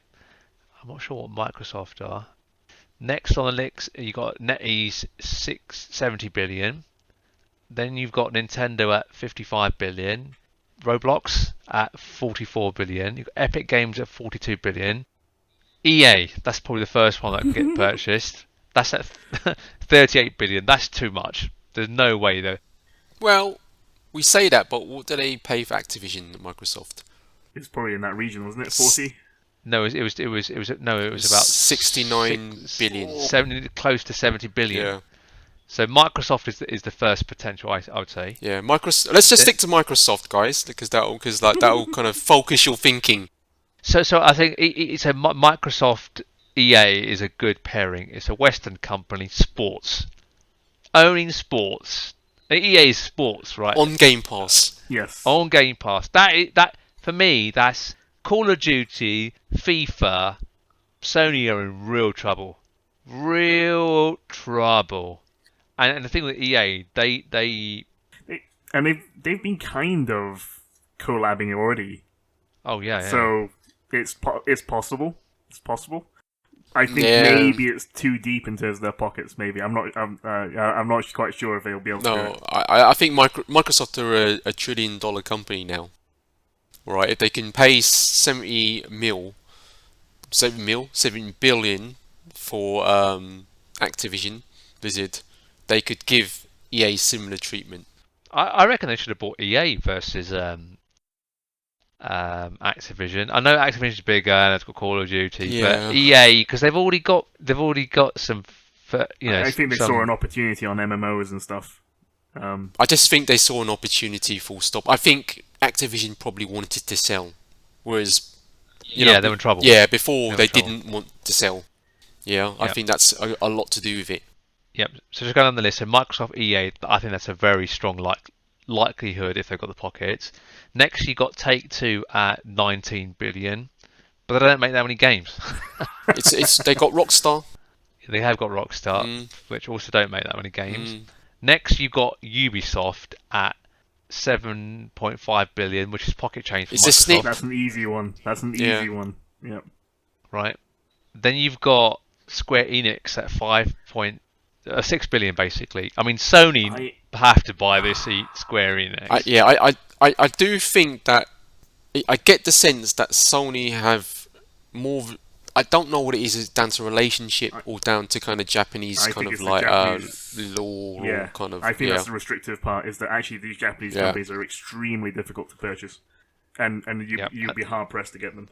Because to be honest, I thought odds on that Microsoft would have bought Sega by now, but it's not happened. It's not ever happened. So I think that's just likely to go towards yeah, but I hear it's because Sony with making movies and all the rest of that and TV shows. and of who it. would I have think thought that's that? Because everybody's talking about Yeah. Microsoft and Sega, and I think it's like Al said, it's down to these kind of restrictions on who can buy these Japanese organisations. Yeah, it must be. Next we've got on the list is Capcom, 4.8 billion. That's another. I think that would be a good one for Microsoft because they could get a fighting game out of it. Then you've got Monster Hunter and all those things. That's Resident Evil, good. Resident Evil, they are perfect Game Pass games to Ghouls have. and Goals, all the old school stuff. They've got games galore, So IP galore. I think both of them will be fighting for that, and they'll pay over the odds for that. If pay 10 billion. And next we've got CD Project Reds, which are 4.8 billion.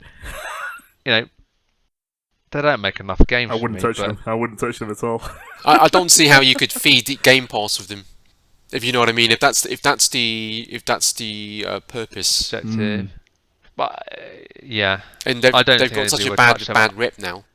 Yeah, but then you could say they'll go for cheap. The stock value, it says on here, has dropped 60%. So Yeah. it's right for take. The Witcher on Netflix has been doing quite well. The new Witcher game, Yeah, I just think they're just one of these. If I were them, I would just be thinking, let's just see what they do next.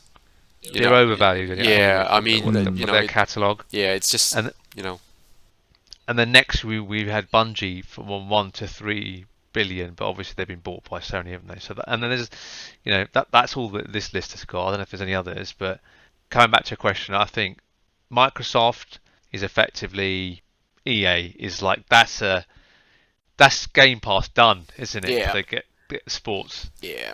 And then I think Sony getting EA, I just no chance. They haven't got the money for that. They're more likely to go for a Square Enix, or I think Capcom is the next on the list to get either to go Sony or Microsoft. And I think that's about it. Can't imagine much more happening. Yeah, I would agree. I think Microsoft will probably, I can see them basically going for EA because that would just really would feed Game Pass in a big way. Yeah, if that was the reason to do this. For some reason, I don't know about Ubisoft. I mean, they've got the Assassin's Creed stuff, so you would think, hey, why not? But I get the sense that those guys are fairly resistant to a buyout as well, because I think there was an attempt, wasn't there? Yeah, there was an attempt. So it feels like they want to be independent, but then again, it does depend what kind of shape they're in. Sega, I think, to me, Sega would make perfect sense for Microsoft, but yet it's never happened. So I can only imagine it's down to the restrictions there are on Japanese companies being kind of like purchased by like foreign investors or foreign companies and whatnot. Take-Two, Rockstar. Yeah, I don't know.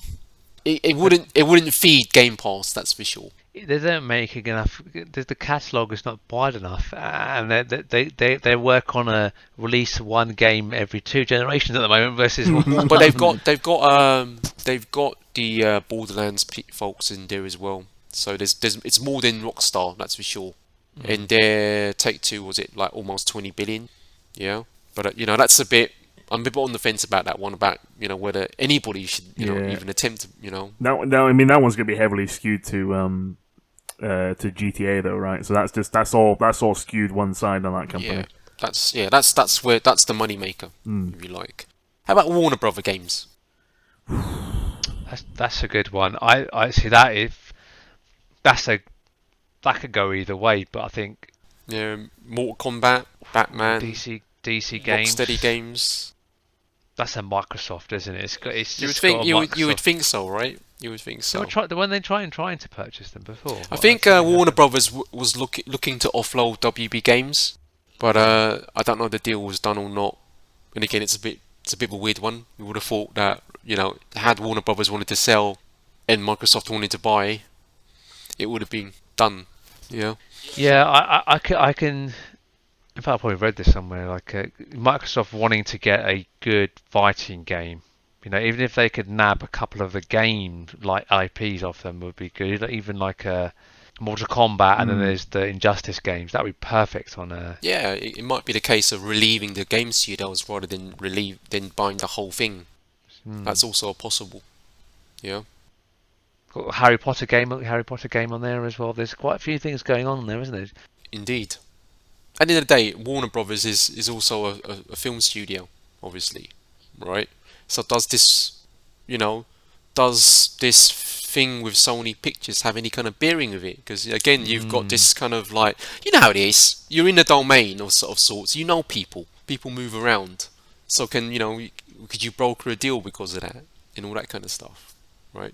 But yeah, I'm with you. I think Microsoft, to me, EA makes perfect sense for them in my view.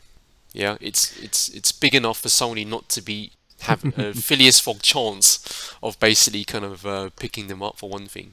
Yeah, I'm wondering if they go for some set of smaller ones though. There's a lot of smaller ones that they could potentially go after. Well, I tell you what I think about Sony. If I were them, I actually would pick up Capcom. Yeah. Yeah. FromSoft.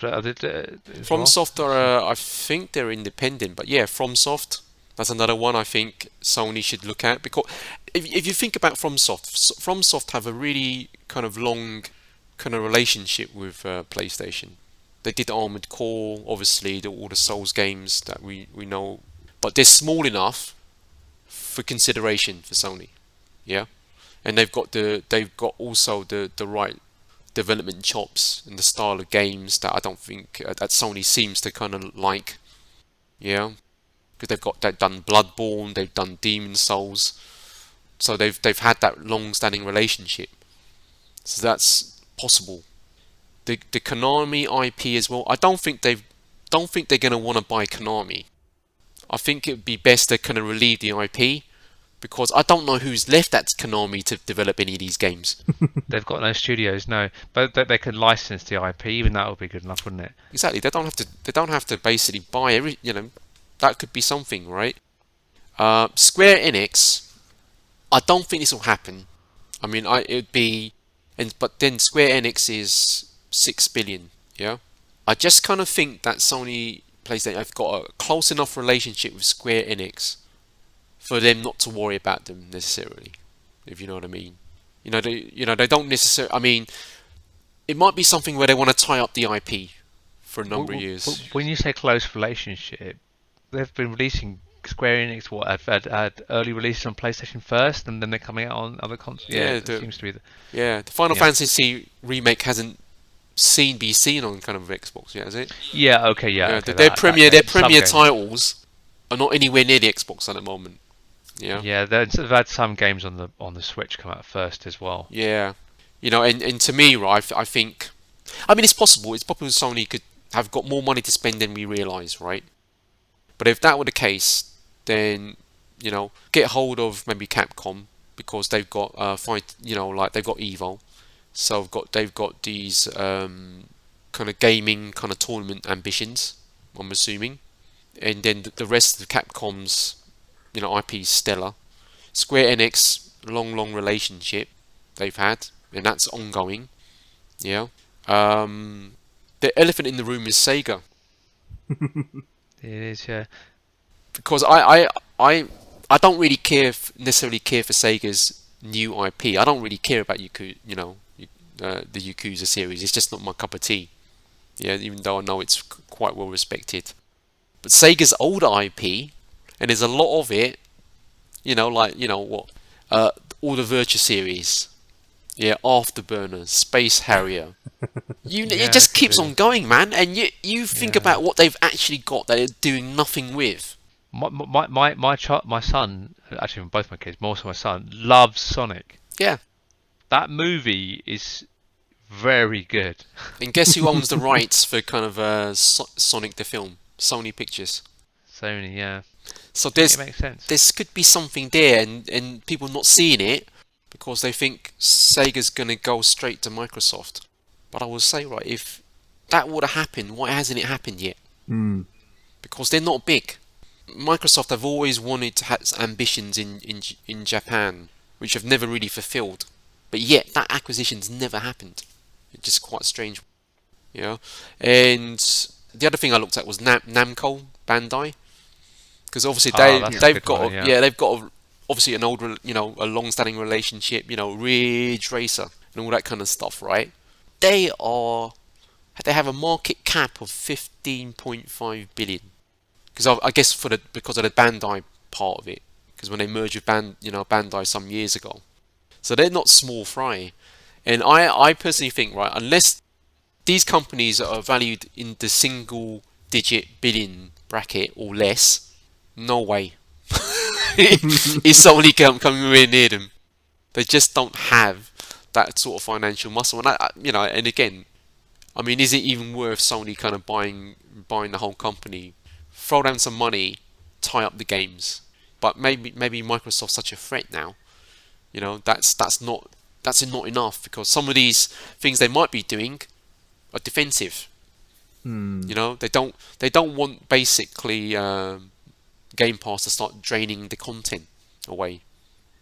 Yeah, that's one other thing to kind of consider. I think the problem with Bandai Namco though is that I think they've got they're not just gaming, right? They are so much wider as a company that I just can't see them swallowing it. It wouldn't make sense for them. Yeah, I mean, I think if Sony could walk away with Capcom, Konami IP, cementing their relationship with Square Enix, and Sega in some shape or form, and they're all they're all Japanese companies anyway, right? I mean, so I'm thinking the restriction of kind of like outside investment for these, like non-Japanese investment might be. That means Sony doesn't even have to even try and buy them.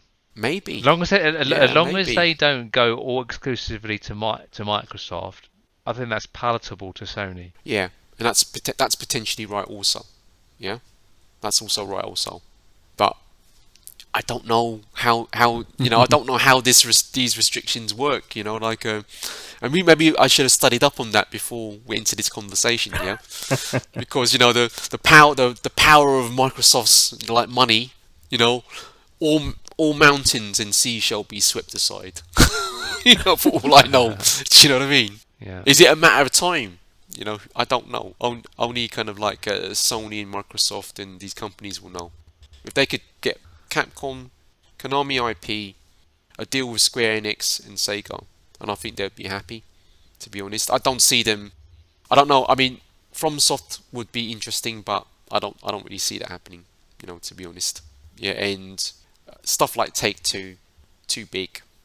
Yeah, too big. Namco, the other thing big. that we haven't considered is Sony are going to buy companies that just single player narrative driven games because they've got enough of that themselves. Yeah, correct. So they're not going to bother doing that.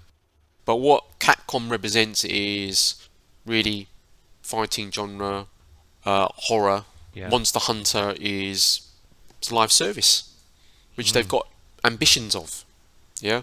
Yes. Yeah. Konami's just Konami. They just need their IP ripped away from them, so someone can do something meaningful with it. Yeah. They've got some hot IP as Yeah, well. they have got some really hot IP, and these guys are really doing nothing with them. Yeah. Square Enix, JRPG Kings, and MMO. One of the Final Fantasies is doing extremely well. Yep, 14 has a massive resurgence. Yep. Live service. Yeah. Sega, dunno. I mean, I think that's just wishful thinking on my part. but I can't get away from the fact that Sony Pictures owns the rights to the Sonic film. Yeah, and I'm just thinking, is there something else here? Yeah. Like I said, I'm not even that interested in Sega's IP. They're not their new IP, but certainly the older IP I am. And they're not huge.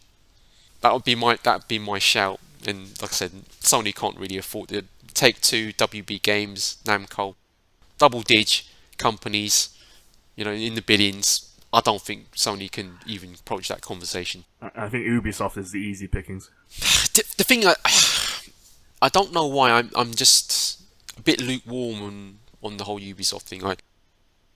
Maybe it's because I just see kind of Ubisoft as the Assassin's Creed kind of company and nothing else. But they've done some other good stuff. I mean, look, let's be honest.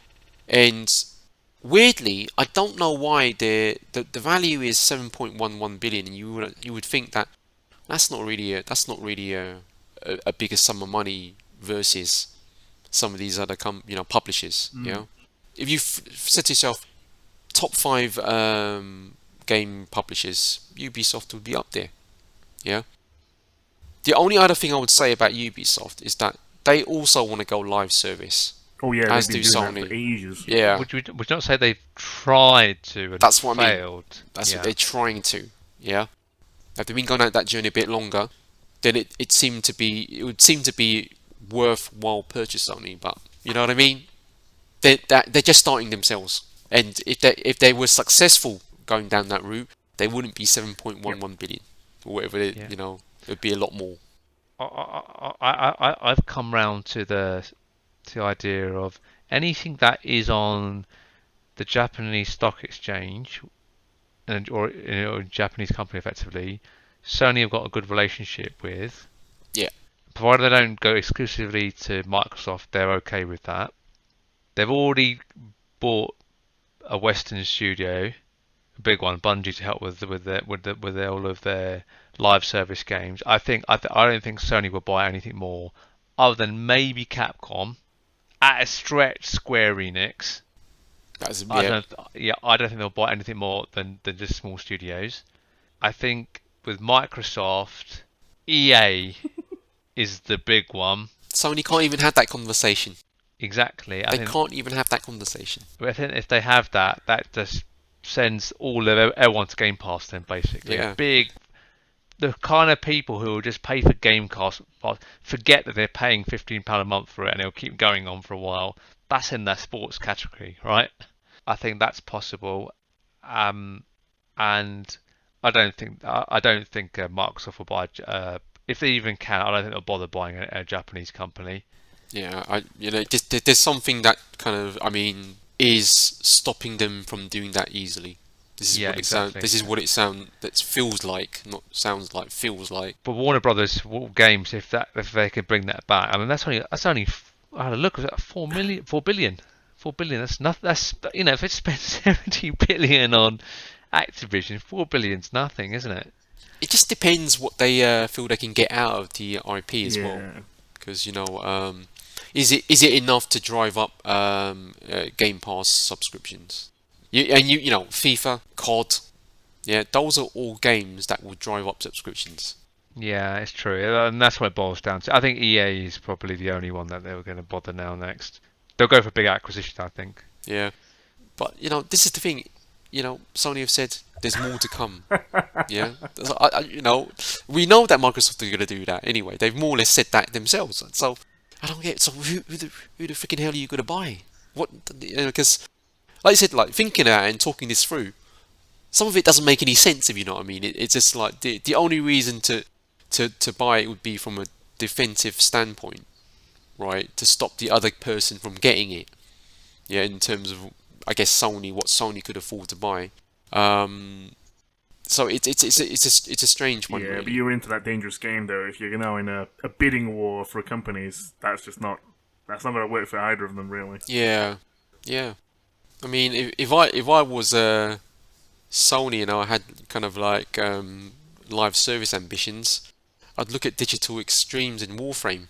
Yeah, you talk about people who know how to run a live service. Those people know how to run a live service. Yeah, they Yeah. were literally about to go under, right, before they got Warframe working, and they've just kept on going. It's you know, it's all of those sorts of things. In it. What are you thinking now? I was to say free to play. Yeah, free to play. It's not dirty. It's not a dirty word. It's just that it's just such an inaccurate one because it's not really as free as you think. You know what I mean? It's it's just a live service game and constant income in revenue and whatnot. So it's one of those things. So guys, I think that's got to conclude this conversation. The consolidation continues, unabated probably. Sony's and Microsoft's next move, who knows? All I can say is, you know, someone's gonna get bought. As in when, no one's clear, but I can imagine it's gonna going on for the year. Yeah. Yep. So if that all said and done, and our kind of consolidation appetites kind of satisfied, let's move on to the next topic.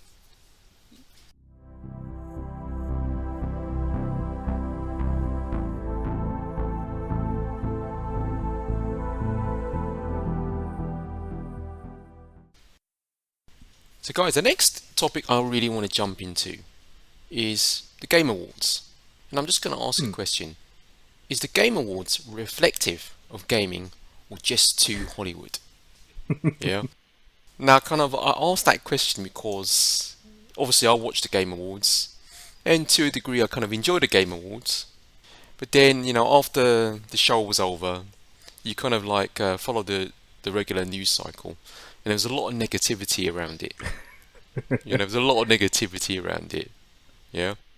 Now, I personally feel that gaming and video games need something. Yeah. They need a credible award show. Yeah. In my view, they need live events. They need something like an E3 or a Gamescom, kind of a gaming festival. I think as gamers we should both want and demand that. Yeah. Want and demand. But the Game Awards in its current format, is it really where we want gaming to be represented in terms of an award show, right? So I just want to get your thoughts on that, guys. So, Al, I'm going to start with you. I mean, what did you think of it? So I've only watched snippets. I didn't watch the full thing, and I think maybe it's because I've watched it in the past, and it is like you say. It just feels a bit too Hollywood, and it's a bit feels a bit pre-scripted. It's all, it's almost like for non-gamers to an extent. It's just, I just feels like they could do so much better in terms of the content, and I don't know how the voting systems work or how it actually comes out with the results and stuff, but yeah, I don't know. It's for me, it's too Hollywood. Joe, how about you? What was your feeling on it? I mean, I'm the same as Al there. I mean, I just generally tend to ignore it, but I can see how for the more casual gamers, it just gives them sight of a game they've not thought about, particularly some of the indie games. And I just generally think it's a good thing to have, right? It's just more advertising of gaming is a good thing, but for anybody in the hardcore kind of gaming space, right? It is too cheesy, but it's got a place. Is basically where I'm at. I if it had more reveals of good games coming out, then maybe I would be a bit more interested. But I think I mean, I think it's going to be here to stay, and it's good for developers to get recognised. I just wish they would do something a bit more interesting with it. Like, for example, have a couple of games that the community selects and votes for, and then the Game Awards funds the game further or something like that. And then get a couple of indies on there. Just do something a little bit more creative. That's So an interesting take on it, actually. Yeah, yeah, something a bit more interactive with the community. But I mean, my interaction with it, I always just have a quick scan of, are there any games on there that I want to put on my radar? And so yeah, that's kind of where my initial kind of thoughts are on it. It's, if you think from a developer perspective, you know, blood, sweat, and tears to go into certain games, and all games, in fact, even if it doesn't review well, it's hard being an engineer, right? An artist. So people getting recognised for that, I think, is a very positive thing, and then they should always keep going, even if it loses the kind of the if it doesn't become a public facing kind of awards thing, because it loses all of the advertising support. I still think they should have some sort of awards ceremony kind of thing for developers, right? And so, net it's a positive thing. I mean, I did watch it, and I think at the time I kind of enjoyed parts of it, facets of it. I did think it was a bit advertisement heavy, and there was some really throwaway parts to it where you had, I think, a couple of streamers on their phones going about the show, and I don't know what they were doing. They were just doing stuff. It was just so throwaway. I really, this is just felt like a total waste of time. And they tried to make it a little bit entertaining. I think they had Imagine Dragons or something come in and do a cover of a video game kind of soundtrack or something. I can't even remember what the game was. So they've tried to make it a little bit more entertaining. But I would say, do you think, let's say, as a developer, you would want to win something at the Jeff Keighley's Game Awards, or would you much rather have a BAFTA? I mean, what do you think is more credible? Because I'm just wondering, It's clearly the BAFTA, isn't it? But Yeah, I think so. Yeah. gaming is getting bigger and bigger and bigger, and I think it's going to go to heights and levels of polish that we can't comprehend now. And like if I like to bring it back to Destiny, Destiny, Bungie's deal with Sony wanting to make TV shows, and The Last of Us being put together, the new Halo. I've recently watched the Sonic the Hedgehog with my kids. This stuff is getting much, much better, and the games wars can potentially can reach that sort of level, right? As you get the new generation that don't care about the BAFTAs, this is in the right place to kind of launch that level, but it's probably not. Well, it's nowhere near that level at the moment. So yeah, it's like I said before. It's good. It could be better. I just another idea is get some demo games going with the winners. you know like just drive some more engagement. It's just a net win for everybody. But they're kind of worried, right? This is the problem, right? If you think of something like Cyberpunk, if they actually released a demo, can you imagine the uptake would have been even less? They would have lost a horrendous amount of money because it was just broken. No, so what I mean is that these are awards for games that are already released. So now we talked about the version of Sony's GamePass where they might give people 10 hours of a game that's already released, unlimited access. Why not do it for the winners in each category? They'll get more sales out of it. Oh, okay. It's kind of a bit of free marketing and engagement. Yeah. I can see how that would work. Yeah, and I guess the awards are an interesting one where it depends on what market of consumers you're going after, because there will be casual gamers that probably agreed with some of the categories that are on there. And I think for more hardcore gamers, they potentially get stuck in a niche anyway. You'll get stuck in certain games and you may not touch these other things. And you may question what those awards are about. So, it probably just depends on what it's going for. Well, I actually don't think they did too badly in terms of nominations and who actually won the awards. I think to be honest, the winners felt very reflective of gaming press, Because a few of the winners would be kind of games that have done extremely well in terms of scores, Metacritic, really kind of like, I think, highly rated games, that have got a lot of positive press. I mean, their game of the year was It Takes Two from EA, and that game has got a lot of positive reviews. It's really well liked. Best narrative was Marvel's Guardians of the Galaxy, I think. And again, that game is actually, again, being kind of reviewed really highly, and the narrative of the game is meant to be excellent. This isn't no Avengers. This is, it's a victim of the Avengers because it's probably being kind of like put in the same bucket, right? But it's actually a far superior game, yeah. And what other kind of things can I call out? Let's have a look here. Yeah, you'll laugh at this, Al. Best mobile game. Genshin Impact, of course. Well, there's a huge meme that came off the back of it. I think I told you about it, right? They mispronounced the name when they announced it. Yeah, Genshin. Oh, is it? Yeah. Genshin Impact. And basically, loads of people on, that play Genshin, they changed the G to a J. Genshin Impact. Yeah, that part was actually quite horrible. Yeah.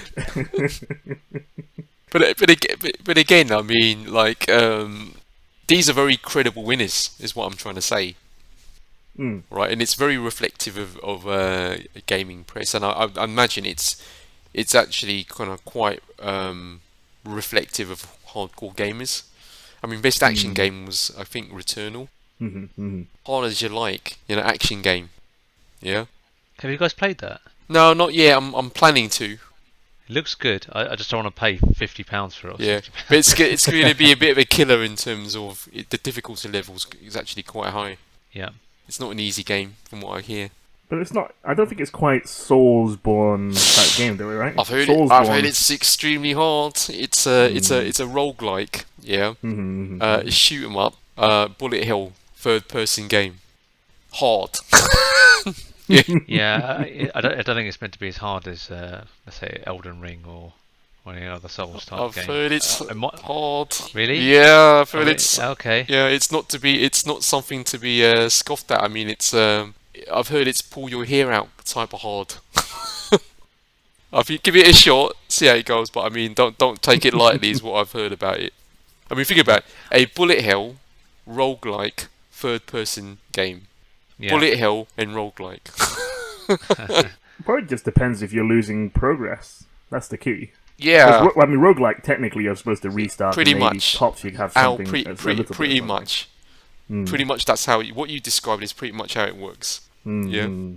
Are there any games that stand out to you guys that were surprised you, or any games that you saw, you were kind of vaguely interested in, they've won an award, and you think, oh, well, maybe I'll give that a go. Was there anything in those tours? Don't think so. I wouldn't say so, but it's one of the reasons I say no is because I follow the news cycle, I follow the review cycles, so a lot of what I'm seeing here seems to kind of like track against that index, if you like, of the kind of like video games press. So none of this is a great surprise. I think I'll say there's one slight surprise, and that was it Kenna Bridge of Spirits? Basically Ember Labs won Best Independent Game. So that was a little surprising. It's a Sony exclusive, Sony PlayStation exclusive, also on PC. So that was a little surprising, yeah, but not massively surprising.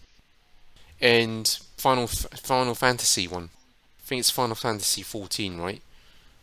One best ongoing game, yeah. Yeah, but those, I mean, Final Fantasy 14 has done a great job, but if you look at the nominations that went into it, they're very broad mainstream type. So you've got like Fortnite in there, you've got Call of Duty Warzone, Apex Legends, Genshin Impact is in there too. So it's like, yeah. Well, if I was to choose out of those, then yeah, Final Fantasy 14. But I probably would have chosen other games. Yeah, but where's Destiny? Where's Warframe? Where's your Warframe? God, Yeah, God exactly. damn it! I mean, that's an insult. Destiny. Yeah, I mean Destiny. I don't.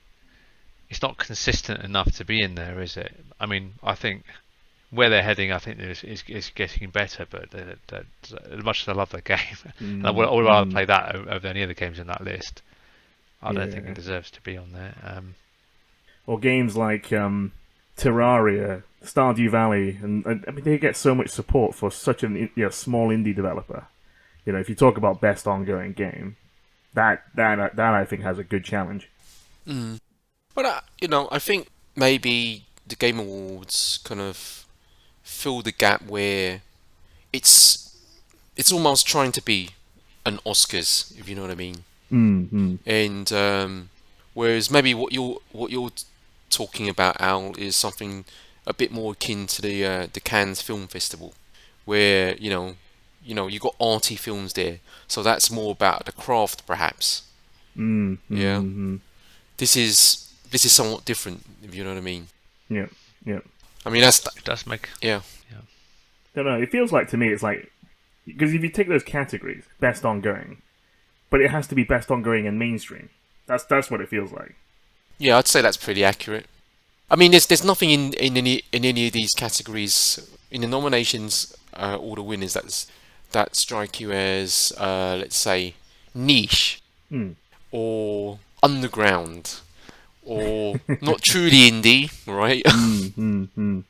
Well, they do have a category, best independent game. Yeah, but that can mean a lot of things, right? Independent game, I'm out. Like some independent studios these days are quite big. You know what I mean? They're not, independent because they haven't got their own publisher. So just stuff like that. But yeah, it does speak to it being a little bit more mainstream and popular, a little less about maybe the craft. There are no kind of games that are like your in game. Only a specific crowd would know about them, if you know what I mean. Yeah, like a cult classic kind of game. There's nothing. Something. Yeah. There's nothing like that, I just two questions about two games on the list that Guilty Gear Strive got award for best fighting game. Have you guys played that? Yep. Yep, I have. Is it any good? Yeah, the Guilty Gear series is consistently good. Yeah. Okay. And Arch System Works is considered one of the premier, fighting game studios. I mean, it's probably mentioned in the same breath as Capcom. Capcom have obviously got Street Fighter. Yeah. Yeah, there's I just remember playing an old version like years ago, and it used to be really good. And yeah, it's still good. Yes, Guilty Gear is still good, and I think Arch System Works also did the Dragon Ball beat 'em up, one of the recent ones. And that was an excellent game. Also, that was an excellent beat 'em up. So that's no surprise to me. I mean, Arch System's really well known. I mean, and again, it's Guilty Gear Strive doesn't, it's not gonna sell like a COD or a Tekken or a Street Fighter. Amongst the people who know about fighting games, it's well known, and Arch System Works is kind of like well known also. The graphics look pretty good. I'm just watching a clip of it now. Is it something that they have lots of fighters and lots of DLC or? Yeah, they do have the DLC. It usually starts off with quite a full roster, it's Guilty Gear, and the combat mechanics are fairly deep as well. That's for sure. Definitely worth a play on some recent Guilty Gears if you haven't played them. Sure, and there's the other game that was Tales of Arise. That seems to be popped up quite a lot. Yeah, I've heard of it. I haven't played it, but I think there's a whole. Is it a franchise? I think so. I mean, there's more than one. Tales game. Yeah. I was gonna say also the best family game went to It Takes Two as well, but I thought It Takes Two has some pretty dark narrative in there. From what I've seen on some streams, I was like, Yeah, I've heard it has, but if you look at it, it's also kind of it has a look to it, doesn't it? It must be why it's got the vote. Yeah, but best family game? I don't know. I don't know. I don't know. I mean, can you ignore that stuff? No, you could probably get the kids probably have nightmares. I think we should conclude this conversation, but I think to conclude, certainly in my humble opinion, the Game Awards is certainly getting a little bit more Hollywood.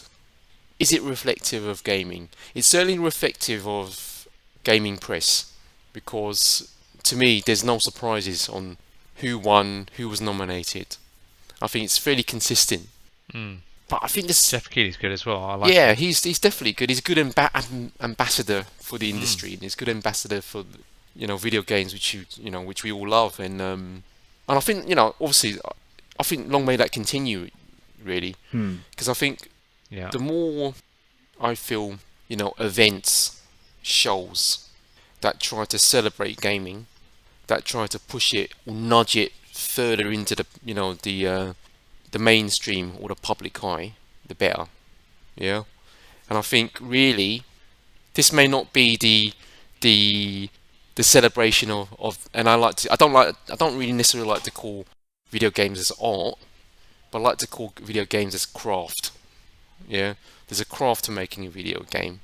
I think whilst I think we still need something like along those lines, that really acknowledge the craft of making a video game. I think there's a place for the kind of Game Awards. Definitely a place for it. I just wish they'd have, a whole lot less kind of advertisements in the middle of them. Yeah, work on that, Yeah. but it's like there's certainly a place for it in the industry, in video games. And I think, PS, the VR stuff, Metaverse, all the rest of that, never know where this could go. You could award ceremony where you're in the kind of the like some sort of virtual reality, and you can What? kind of Why not? go and watch the games Mm. and see people crowds gathering around. It has potential, right, to go way beyond the kind of film awards, and so I feel lucky that we have something reasonably robust, well respected to build upon, and like I say, Jeff Keighley at the helm, who seems to have influence. I mean, let's just face it, right? It's really easy to do a really cheesy award show, right? It's polished to this, right? It's polished. It is polished, and he's a Yeah. good ambassador for the industry. I heard he's quite hands-on. Yeah, I heard he's quite hands-on in crafting the whole thing as well, right? So I think he strikes me as a person that cares about what he's doing, and he's a gamer. The guy's a proper gamer. yeah, exactly. He's just not in this because it's his bread and butter. He actually games quite a bit from what I can see. So you know what? Long may that continue. Jeff, keep on trucking. You know? And guys, with that said and done, let's move on to our next topic.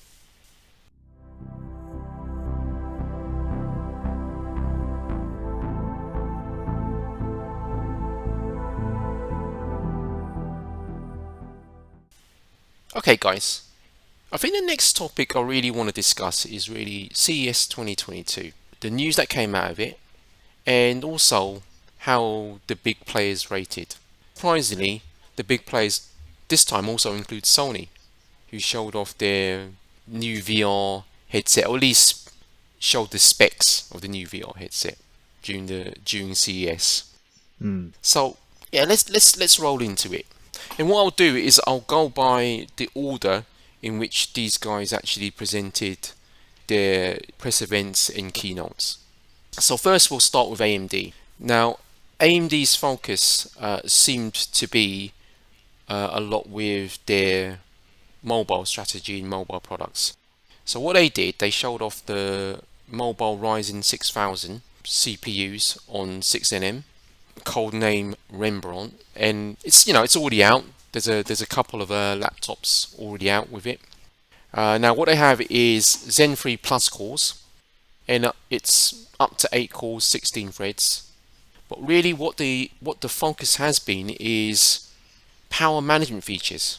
So they're looking at kind of performance per watt, really kind of producing, let's say, laptops with a big battery life. And to that effect, have 50 new and enhanced power management features, including something they've called adaptive power management in a new deep sleep state, whatever the hell that means. Right? And it's claimed that the 6000 series mobile CPUs, use 30% less power versus the previous gen from AMD, which is significant because AMD have always been relatively, certainly lately, battery friendly. Let's call it that. Now they're saying that they'll use 30% less power for video conferencing. They'll be able to achieve 24 hours or 24-hour battery life for movie playback. But I think really what the biggest changes here for Ryzen 6000 is the inclusion of a much more powerful integrated GPU, iGPU, using RDNA 2. Yeah, 12 CUs, clocks up to 2.4 gigahertz, and it's really their first PC APU with ray tracing. Okay, and it supports the latest kind of like connectivity in I/O, USB 4, PCIe 4, LPDDR5, Wi-Fi 6E, and the latest iteration of Bluetooth 5.2. Yeah, and it actually this time boosts up to 5 gigahertz. They claim to achieve 11% more single-threaded performance, 28% more multi-threaded performance, 1.3 times performance for CPUs versus last gen, but quite impressively, 2.1 times performance for the iGPU versus last gen, which used Vega. Okay, and now AMD are getting or moving up to a similar sort of clock speed or gigahertz kind of numbers to Intel. So really very, very impressive on the actual kind of laptop front, and it really did kind of like pique my interest. Now further to that, what they've also talked about is a new set of mobile discrete graphics chips, 6000M, the highest end being the 6850M XT, quite a mouthful as per usual, and RX 6000 S series for thin and lights and ultra thins. And again, if you get an AMD advantage, which means all AMD, a number of advantages. Obviously, Smart Shift, which they've updated to work a little bit better. It's called Smart Shift Max now. They've got capability where you can move from IGP to discrete GPUs just to save battery life. So a much more well-rounded ecosystem. To me, even though I would say that Intel are still the performance kings with Alder Lake, it just strikes me as that AMD are putting a lot more effort in their laptops, and it's a very compelling sort of offering they have, especially when you go all AMD. Usually the kind of AMD laptops seem to be that much more kind of like they're cheaper, they're better value for money from what I can see. Well, they were. Yeah, they were definitely. But I mean, even like Alienware are getting in the act. I mean, they've got an M17 R5, which is the highest end parts you can get with AMD laptops, and and that's, for me, that's pretty much unheard of. I mean, Alienware have been mostly in Intel and Nvidia shop, for a long time. Well, I think they started it with the last series. I mean, I got a gaming laptop. Well, it feels like last year now at this point, or at least a year ago, in terms of the point, and I got a 5800H or whichever one it was with a 3070 inside. And that runs really, really nice. So yeah, I think the 6000 series must, if it is 30% more efficient, even better.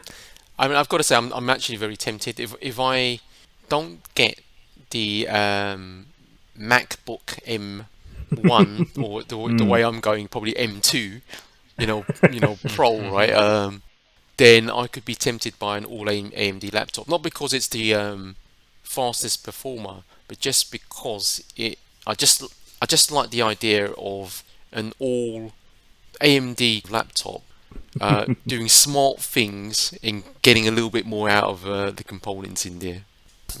Or even just, I'm interested to see. I'll go do some research. I think a bit later, but how well the iGPU actually works, and and whether it would be perfect for just a very portable, thin laptop. Yeah. For that sort of thing. Yeah, definitely. I mean, that's what I believe is its main advantage. I think the AMD chips, what I understand, work best in low watt, thin light and ultra thin laptops. Yeah. Yeah, that's where they're very competitive so far with the Intel parts. But Intel do much better out of bigger laptops, the desktop replacements, Yeah. Yeah. because they seem to scale up with wattage, much better than the AMD parts. But again, I'm just very interested in maybe kind of an all AMD laptop with these smart things like smart shift and smart memory access, just getting more out of it. And they seem to have been putting a lot of effort in, I'd say, power consumption and battery life. So it's quite important things. In saying all of that, the big news actually coming out of AMD, I guess two things. The first thing is they talked about the 5800X 3D CPU, which at the time they did the keynote, they were saying this is basically the fastest gaming CPU on the planet, which may or may not be true because obviously Intel have got their KS part coming out. Yeah, but this thing uses 3D cache, which we talked about. Now it's only the 5800X, and they're not going to roll it out for any other models or any other SKUs. But then what they also said, and they announced, was they're going to have Zen 4 on 5nm the second half of this year, second half of 2022. They basically talked up this pre-production chip for Zen 4 running all cores. I think they said all cores over 5 gigahertz. All cores 5 gigahertz, right? And if you think right now, usually the all-core gigahertz numbers are usually between 3 and 4, maybe just over 4. So that's significant. They've never been able to kind of match Intel in terms of clock speed, but now they seem to be kind of getting close to that. This thing will also have the 3D cache stuff, so which kind of leads me to think, well, that's probably why we're not seeing kind of like many 3D cache CPUs from the existing generation we have now. Yeah. They're saving this for Zen 4, is what it sounds like to me. Yeah. So all in all, I just feel that AMD are kind of marching forward. Yeah, they're marching forward, and before I forget, they also talked a little bit about what is it? Radeon Super Resolution. Yeah, Radeon Super Resolution, which is kind of like a FSR. But it basically works at a driver level. So effectively, for almost all your games on the PC, you'll be able to pretty much run it in RSR. There's no developer intervention required, or patching or anything like that. All you need to do, switch on RSR from the driver, go to your game, load the resolution, and RSR does the rest. That's pretty much it. Interesting. Do you know which graphics cards it was supporting it? Not sure actually. I mean, I wouldn't be. I don't think it's just the latest cards. I'm guessing that you're kind of I found is it a 5000 series? Yeah, mine's a 5700 XT. I imagine it'll work with that. Yeah, but it's down to the adrenaline drivers. Yeah, so I imagine it will work for that. Yeah, cool. But that for me, that's a good move. It also explains why Nvidia did what they did. They have a similar equivalent. I don't know if they, it's either AMD felt they needed to respond, or Nvidia basically caught wind of this and said we need to respond. I think Nvidia knew what was coming. Yeah, and you can imagine, right, that this is going to be a big plus for a PC gamer. It's just like a Switch. It's as close to basically having a Switch for upscaling as I've seen. That's what it is. So that's pretty cool. AMD still marching ahead. Zen 4, I think, is something that could be extremely impressive. I feel that AMD are really making inroads into laptop. They haven't got the performance crown as far as laptops are concerned, but what they're doing in their standard for laptops, and Intel have got their own standard also. But I just feel that the AMD standards is really, really coming together quite quickly, and it kind of makes me feel that I kind of want one. Yeah, that's what it comes down to. But yeah, I mean, like the competition, continues. I think. All right. Now let's quickly move to Nvidia, who came next. Yeah. Nvidia try as I might, I can never say anything positive about them. And I've been trying for 6 months. Every time we get news out of these conferences, for 6 months, I've been trying to say something positive. And I just can't. I can't find anything. I don't say that. I've just bought some of their stock. Their stock, I'm sure, will carry on shooting up, right? But the way they treat kind of like consumers is I'm just finding it less than impressive. And I think the consumer, obviously, I'm not talking about kind of a corporates or enterprise. I think in that space they're doing obviously extremely well. And even on at the consumer level, there's still the de facto graphics in GPU. You know, the de facto graphics card in GPU. But they do stuff that is so, to my mind, WTF all the time. It's so WTF, right? And this time, what they've done is they've released, or they're saying they're releasing the 3090 Ti or Ti, depending what your preference is. The 3090 was already a ludicrously expensive, difficult to come by GPU that, let's be honest, no one really needs or can afford, right? Unless you're an extremely wealthy gamer, right? And this 3090 Ti is pretty much not available in the world yet, since they kind of announced it. So it hasn't come out when they said it was going to come out, and really smells of it's either an absolute paper launch or just pure vaporware at the moment. And look, to go through some of the stats, and you know, you'll probably pay about $2,000 for it. It's like 40 shader teraflops versus the standard 3090's 36. 78 RT teraflops versus 69. And 320 tensor teraflops versus 285.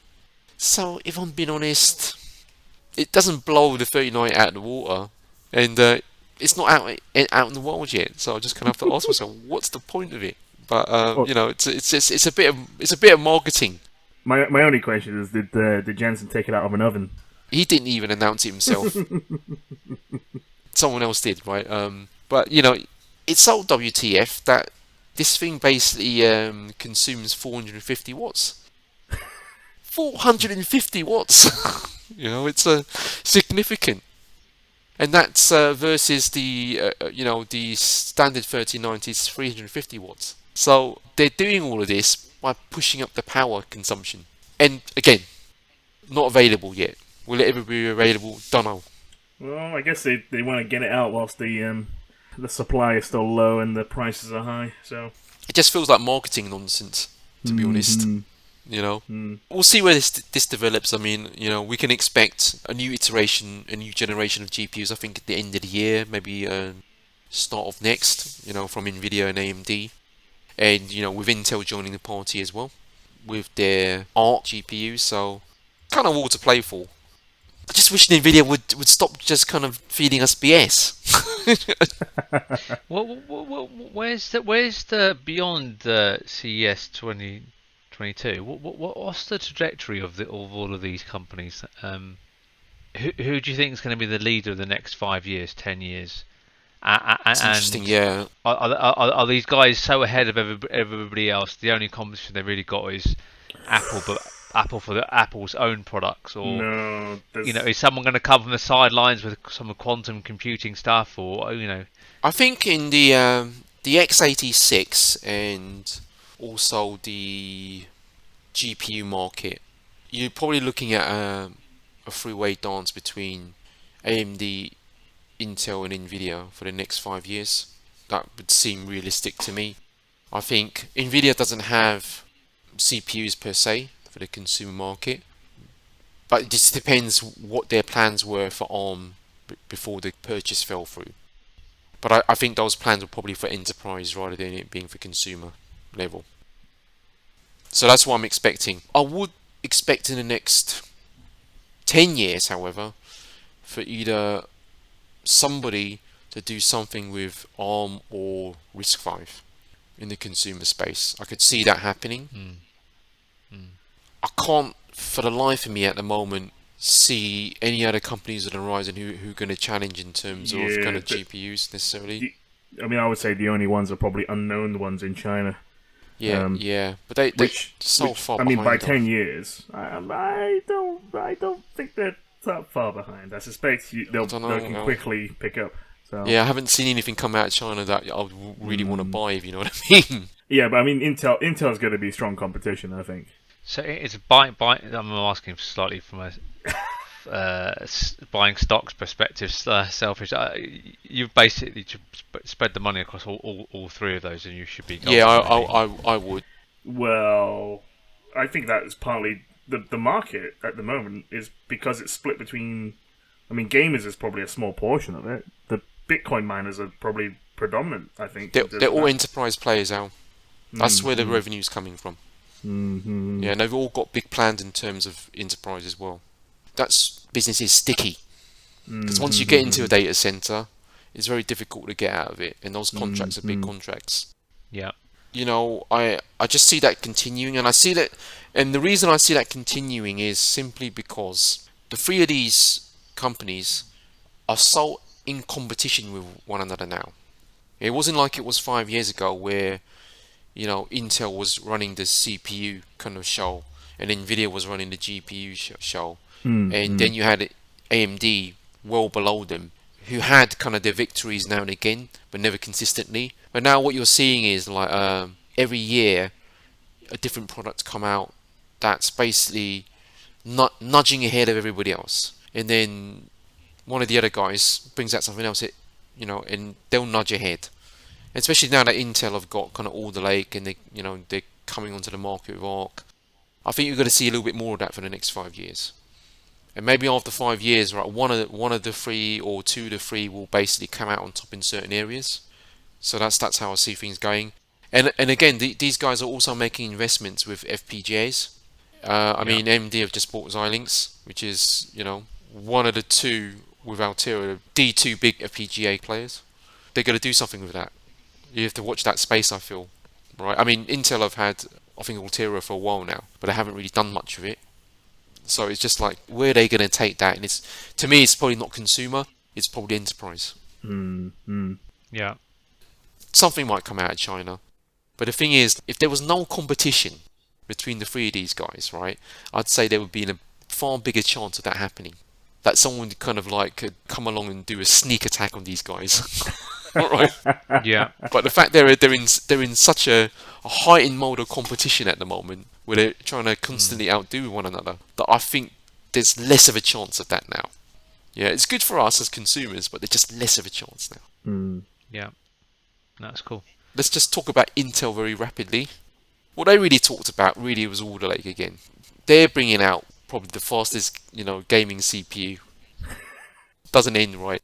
What they're talking about is the 12900KS, which boosts up to 5.5 gigahertz. I think that's single core though.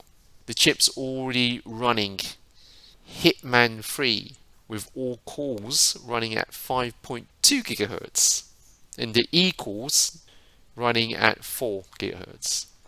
So basically, it's a highly bin chipped. It's not kind of like new to Intel really, and they say it's coming out end of quarter one, possibly right now end of March, right? Now Intel also quite big in the laptop space. It's for performance laptops, stuff that's desktop replacement. They've got their 12th gen H series. They've got 8 SKUs, 20 kind of laptop designs, and really it goes up to 14 cores, 8 P cores, 6 E cores, 5 gigahertz clock speed, and we're talking about a 40% performance improvement over the last gen of Intel chips. And what they kind of said was there's a 11 to 59% spread across a number of games in terms of performance improvement versus the existing AMD laptop chips. So 5000 series.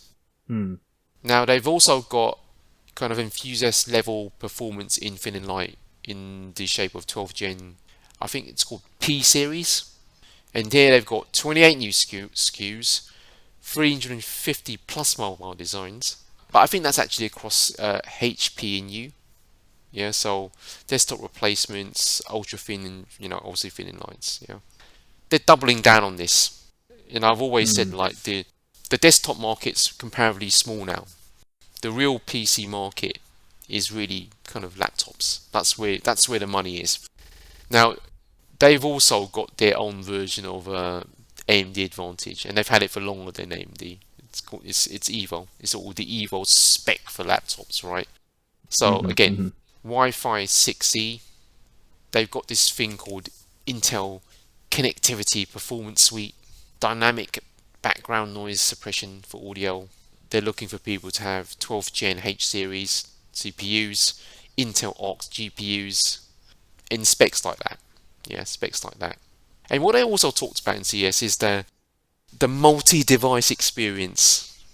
What that really means that they're putting out hardware which allows your PC to easily communicate to iPhones and Android and use them as second displays. And I thought to myself when I said that, you guys have got to be joking. Do you know how many people have tried that? It's a come to nothing. It just seems like a marketing gimmick. And I actually bought the technology, and actually I don't think they developed it themselves. Okay. What else did they say? For Arc discrete GPUs, I think they're going to have, what I understand is 50 mobile and desktop designs. Yeah, which is going to be quite interesting. So they're going quite big with that. Yeah. And they talked a little bit about Deep Link, which allows the integrated GPU, the CPU, and the discrete GPU to work in tandem on certain types of kind of workloads, which is, I think, is, very, very interesting. And I think there was a little bit about XeSS, which is their version of DLSS, which, to my mind, right now, could be one of the best offerings if they get it to work properly. Yeah. So that was really Intel. Nothing new there. They've still got the performance advantage with Alder Lake, but with Zen 4 coming out, they've also got to be mindful of that and step it up. But it's kind of good to see Intel back. And if I was in the market for a performance laptop, desktop replacement, and I didn't really care about portability, honestly, I would buy Intel. No doubt about that. I think Alder Lake has definitely pinched that market right now. Yeah, it's ahead now, but and again, Zen 4's coming out at the end of the year. How's it going to look? Then Intel have got their next iteration of chips called Raptor Lake. How's that going to look? So there's that perpetual kind of cycle of competition where they're going to have to keep outdoing one another, and that sort of thing. Which is, to my mind, pretty cool. Then, beyond Intel, beyond Nvidia, beyond AMD, Sony.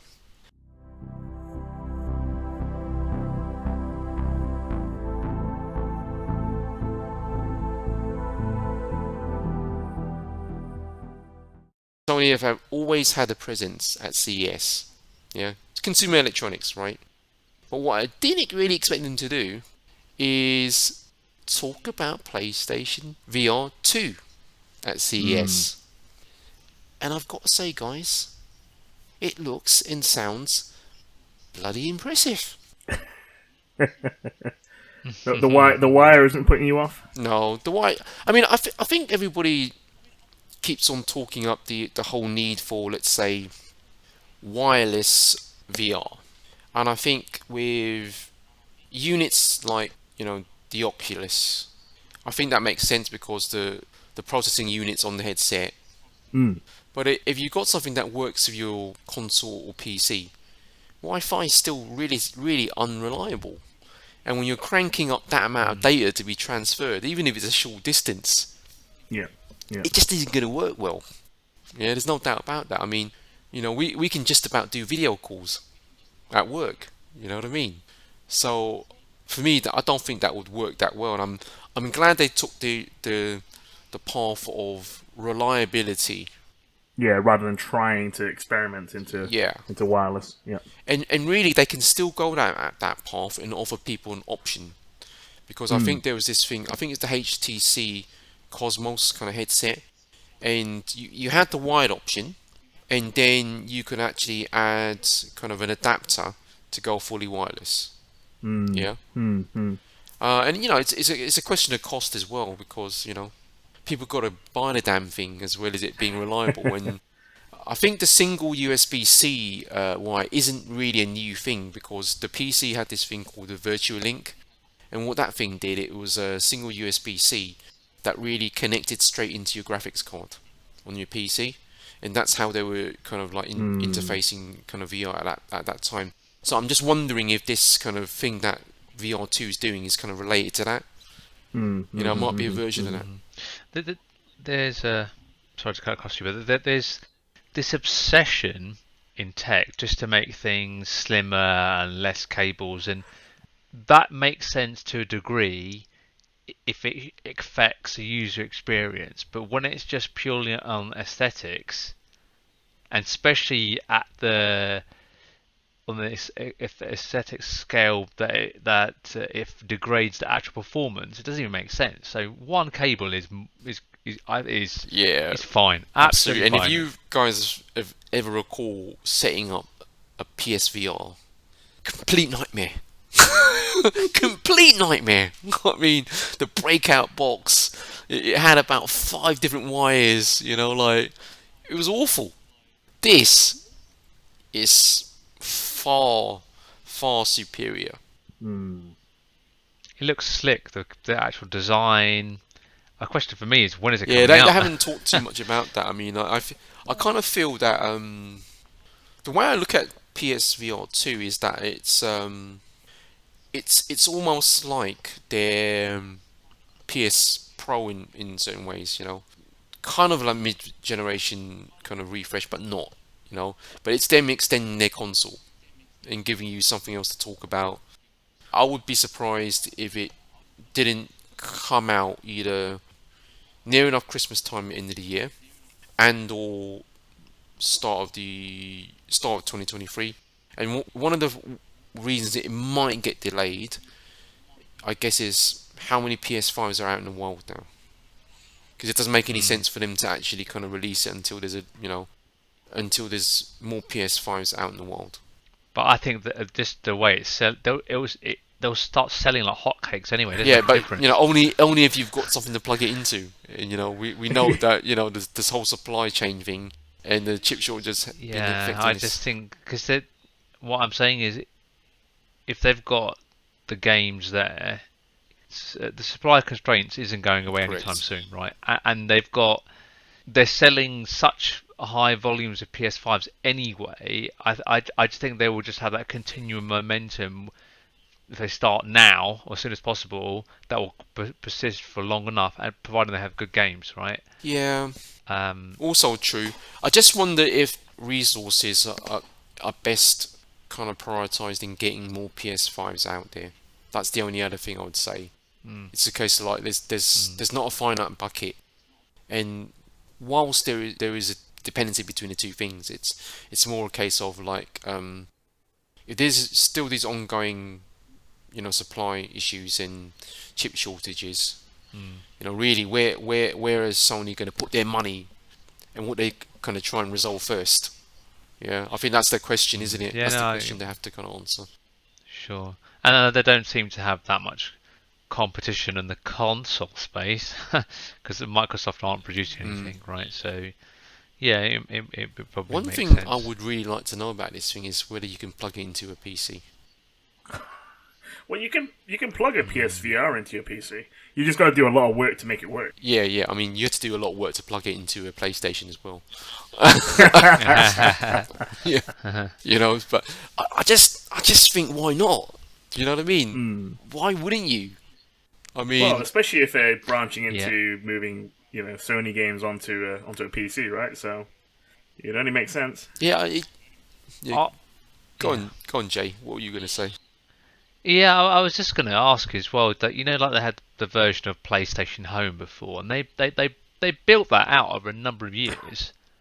Do you think, given all the buzz with the whole metaverse stuff, that they would bring one question number one? Would they bring out something along the side of the release of that And secondly, would they even wait until they've got something like that ready before they actually I think release? yes and yes.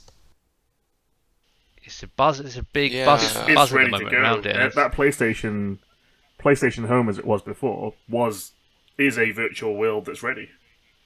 And yeah, I agree.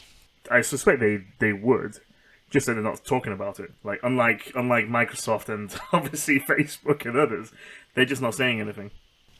I think it's yes and yes, Jay. I think definitely. I think the third part to that is to have a real system seller in terms of a game, which I think this Horizon game they also announced that CS will shape up to be. And again, it does really show Sony's commitment to VR. It feels like it's a day one thing for VR 2, right? Having that there. Gran Turismo is being released. That's out now. I think it's always going to be released soon. Yeah, Surely, I'm sure they've built that. There will just be a yeah. patch and play the same game. You're in the car. You just look around. Yeah, Everything's built for it, right? that's an easier ask, I think. Games like that would translate to VR, versus a kind of third-person kind of action game.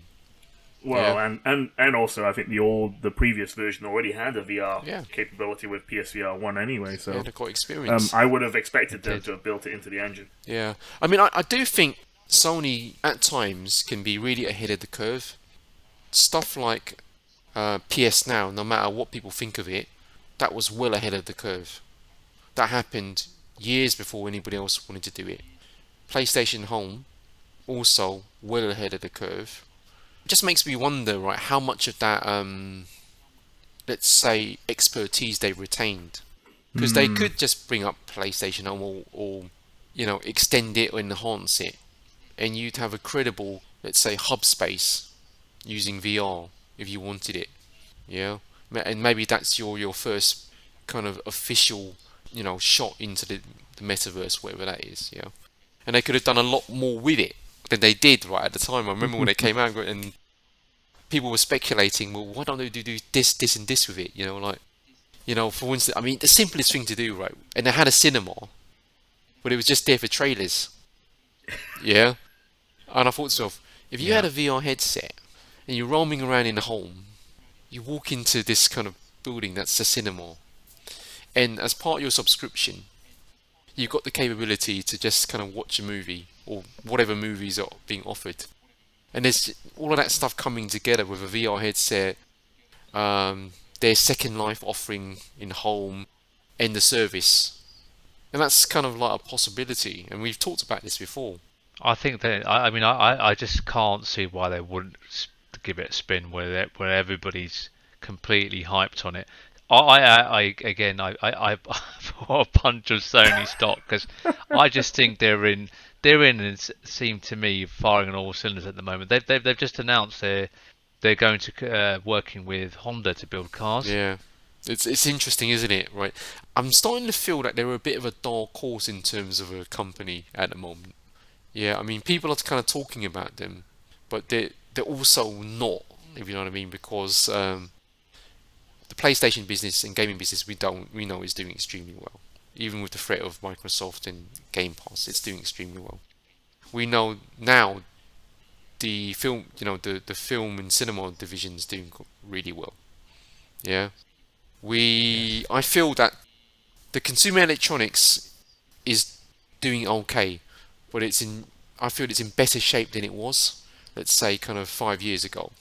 It's building good products. Yeah, correct. It is. Headphones, cameras, they're all good. I mean, TVs are meant to be good as well. I mean, I've stuck with LG, but certainly in like the headphones space, they're killing it. They're just Mentioned in the same breath as kind of like basically Apple, the and Apple Bose equivalent, and and Bose, yeah. Bowls. Yeah, that's the If you league think they're about in if at the all of moment. these companies are heading into either games, 3D games, Metaverse, someone's going to need to build a headset for that space. They've put all the R&D on the PSVR, glasses in that space, combined speakers. I think they're positioned quite well. I think The only thing I'd say about Sony is it kind of sometimes they surprise me in they're a bit forward thinking and they do something and I'm surprised. Wow, you did that? Why did you do that? Other times, right, when you think they should do something, they don't do it. Do you know what I mean? Why didn't you do that? I mean, it's the whole going back to kind of what Steve Jobs said about Sony in the time, right? When before he kind of put out iTunes, no, after he put out iTunes, what he said was there was one company on earth that really should have done the whole iTunes thing, and that company was Sony, because they had a music label, they had consumer electronics, and they had the Walkman brand. Good Walkmans. I remember having an MP3 player. Yeah. It was very good. They invented the portable music player. Those guys, or at least made it popular. But they went down a really dark hole, right? If you talk about Sony's history, their laptops, they went proprietary, right? Their own memory cards for everything. It was so not user friendly. Yeah, but I think they've learned the lesson now, because I think they're much less proprietary than they were. But they make good products, though. They might have gone Yeah. proprietary and got a bit greedy, but fundamentally their laptops were still robust laptops. Yeah, they've always had quality on their side. Yeah, they have. Yeah. Sony. I mean, my Sony HD TV just would not die. I ended up having to give it away, because it just would not die. Yeah. But I think Sony, where they are, the mixture of good products, they've leaned up. They've got this one Sony thing, which I believe to be a real thing. They've got ambitions that we're not really seeing at the moment because they're not publicly talking about them. And this, to me, right, seems to be a way for the VR2, the PSVR 2, to be quite big if they push the right buttons. And again, my mind's still thinking, why did you guys basically announce this at CES? I've never seen you do something like this, right? They push the right buttons. It might be more than just a gaming-centric headset. Well, I don't know. Maybe they're feeling the heat from Microsoft. Maybe they're feeling they needed to do something. I don't know, Al. I don't think they feel the heat enough to just produce a headset, if you know what I mean. Because the headset was already in production. It's just the release of the information, the timing of that was because of the threat from Microsoft. I think the threat they need to deal with is Game Pass, and that's whether they have a headset or not. The threat of Microsoft is really how does it impact their bottom line in terms of game sales. With the Game Pass thing is they've got the games. They have got enough games, right? And then we talk about the games with the any gaps they've got on the games they could fill it with the shows and all the rest of the movies and stuff. Yeah, it's what we talked about last time. This multifaceted thing. But even with games, right? I mean, I was listening to people say. I mean, if you think of PS Now, right? You got the streaming side of it, but the reality is, right? You can download hundreds of games, PS4 games. You can literally download every one of them on PS and Now, play them locally and play it locally. Yeah. So okay. effectively, there's a lot more in common with Games Pass than we give it credit for. Yeah, it's not marketed that way, is it? They haven't really Yeah, no, it isn't. It's horribly marketed, and I've never understood why. I think they've been waiting they've been using that as a vehicle to test, and they'll relaunch it and have everything ready to go. But they've been testing it all this time, I think, or they've got all the deals in place and all the rest of that. Yeah, and Sony are very, very much a business intelligence centric company. PlayStation is a very BI centric company. I know because I've gone through a few jobs there. They have got looked at jobs there as well. Actually, in the for business intelligence, London office, I saw there's other roles posted for that. Yeah, there's lots of business intelligence jobs there, and it's for PlayStation, and I know someone who's worked there, and it's just all about what the PlayStation Network's up to. So they're definitely tracking what people are doing. There's no doubt about that. We've gone on a massive tangent. So let's get back to PSVR and just talk briefly about the specs of this thing. So thankfully, OLED displays for each eye. And I think really the panel resolution for each eye per eye is 1440p, which is pretty good, I think. It's 2000 by 2040. So close to kind of 1440p per eye. 90 hertz to 120 hertz refresh. And again, it retains some of the PSVR's strong design elements, like I think you've got adjustable lens separation. You've got that dial at the back of your head where you adjust the strap. That remains. It's got a better field of view, 110 degrees, and then you get to the really kind of interesting stuff. You have sensors, so you've got motion sensors, a 6-axis motion sensing system, gyroscope and accelerometer. You've got an infrared proximity sensor, and you've got inside-out tracking. So you don't need this camera, and that was another bugbear of mine in kind of PSVR 1, where you had to have that camera pointing at you, tracking the lights, right? You're right. So as well as the breakout box, right? But this thing has 4 cameras built in for the headset that tracks the controllers, and an infrared camera for eye tracking. So effectively, no camera to track what you're doing with the headset. Totally self-contained. The single cord is really just a single cord, which is brilliant, actually.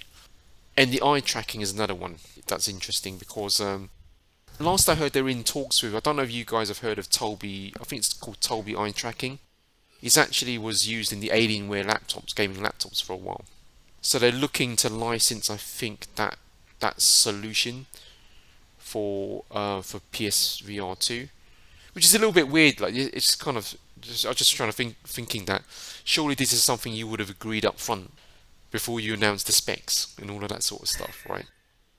I found it quite weird. So what was it with the Tobii eye tracking? They're thinking of bringing it in, or well, no, they've got hardware to support it. They've Right. got an IR camera for eye tracking, so they've got the hardware to support it. I think they're just looking at the software. Right. Yeah, but where this is interesting, guys, is there's long since been rumours saying that the PS5 has this thing called foveated rendering.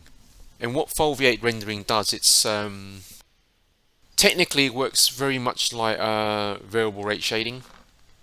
What it does, and variable rate shading, what it will do is it will say, okay, said player is looking at a certain part of the screen. That's where all the action's happening. So what I'll do, like, I'll put less GPU kind of power on the areas of the screen where I think the player isn't looking. So you do, you apply less shading to the pixels in that area. What foveated rendering does, it will track where your eyes are, and as a consequence of that, it will basically reduce the amount of GPU grunt it puts on those other areas. Yeah, it'll downscale the rest of the rest of the bits around it. Yeah, it will shade it less in terms of its GPU. Will it also do help with the motion? Because people get sickness as well with No. It doesn't do any of that. Okay. Yeah, that's not what this thing is for. This thing is just for Performance per frame. That's all it's about. Yeah, performance and applying less, let's say, GPU grunt on areas of frame you don't need it for. And because VR is very expensive, you're effectively rendering 2 things for each eye. Yeah. It's very expensive, so that's what they're looking to do. Don't they do any tricks in terms of because some of the pixels could be repeated, just slightly set off to create or is it actually? Not sure they do that or don't do that, but I think historically you always render, let's say, for every scene, a frame per eye. Yeah, you'll need 2 sets kind of going. Yeah. I mean, it doesn't quite work like. Remember the whole 3D thing where you just have that kind of like weird. No. Yeah, it's not quite like that. But do you think the specs on this hardware with the PS5 is a significant jump that it's going to give a good enough experience, or do you think it's because the PSVR before was still quite limited in what it could do, right? Yeah, it was.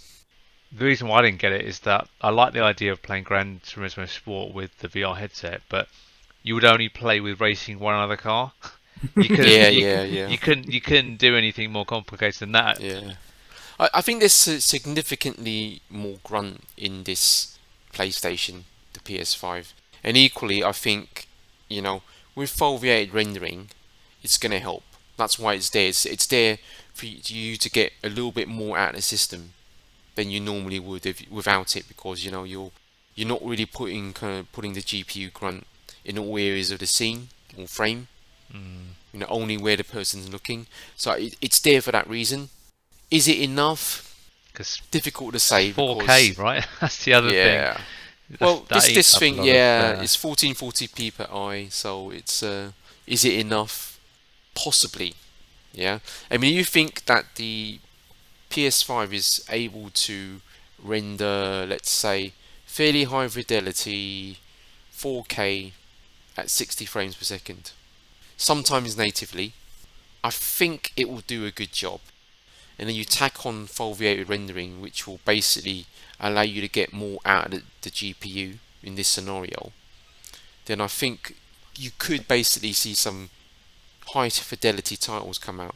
But I think the important thing is really not just the graphical fidelity. It's how those new controllers come into play. Because the old controllers were the Move controllers, and they were quite limited, if you know what I mean. They were quite limited. These guys, think of them as the punch gloves. I think they've got an element of finger tracking. They've got haptic feedback. The helmet's got haptic feedback. I remember saying this, like I said, I think the helmet's going to have haptic feedback. So I was going to say the PS5 controller. I've had a PS5 for a while now. It is incredibly well engineered.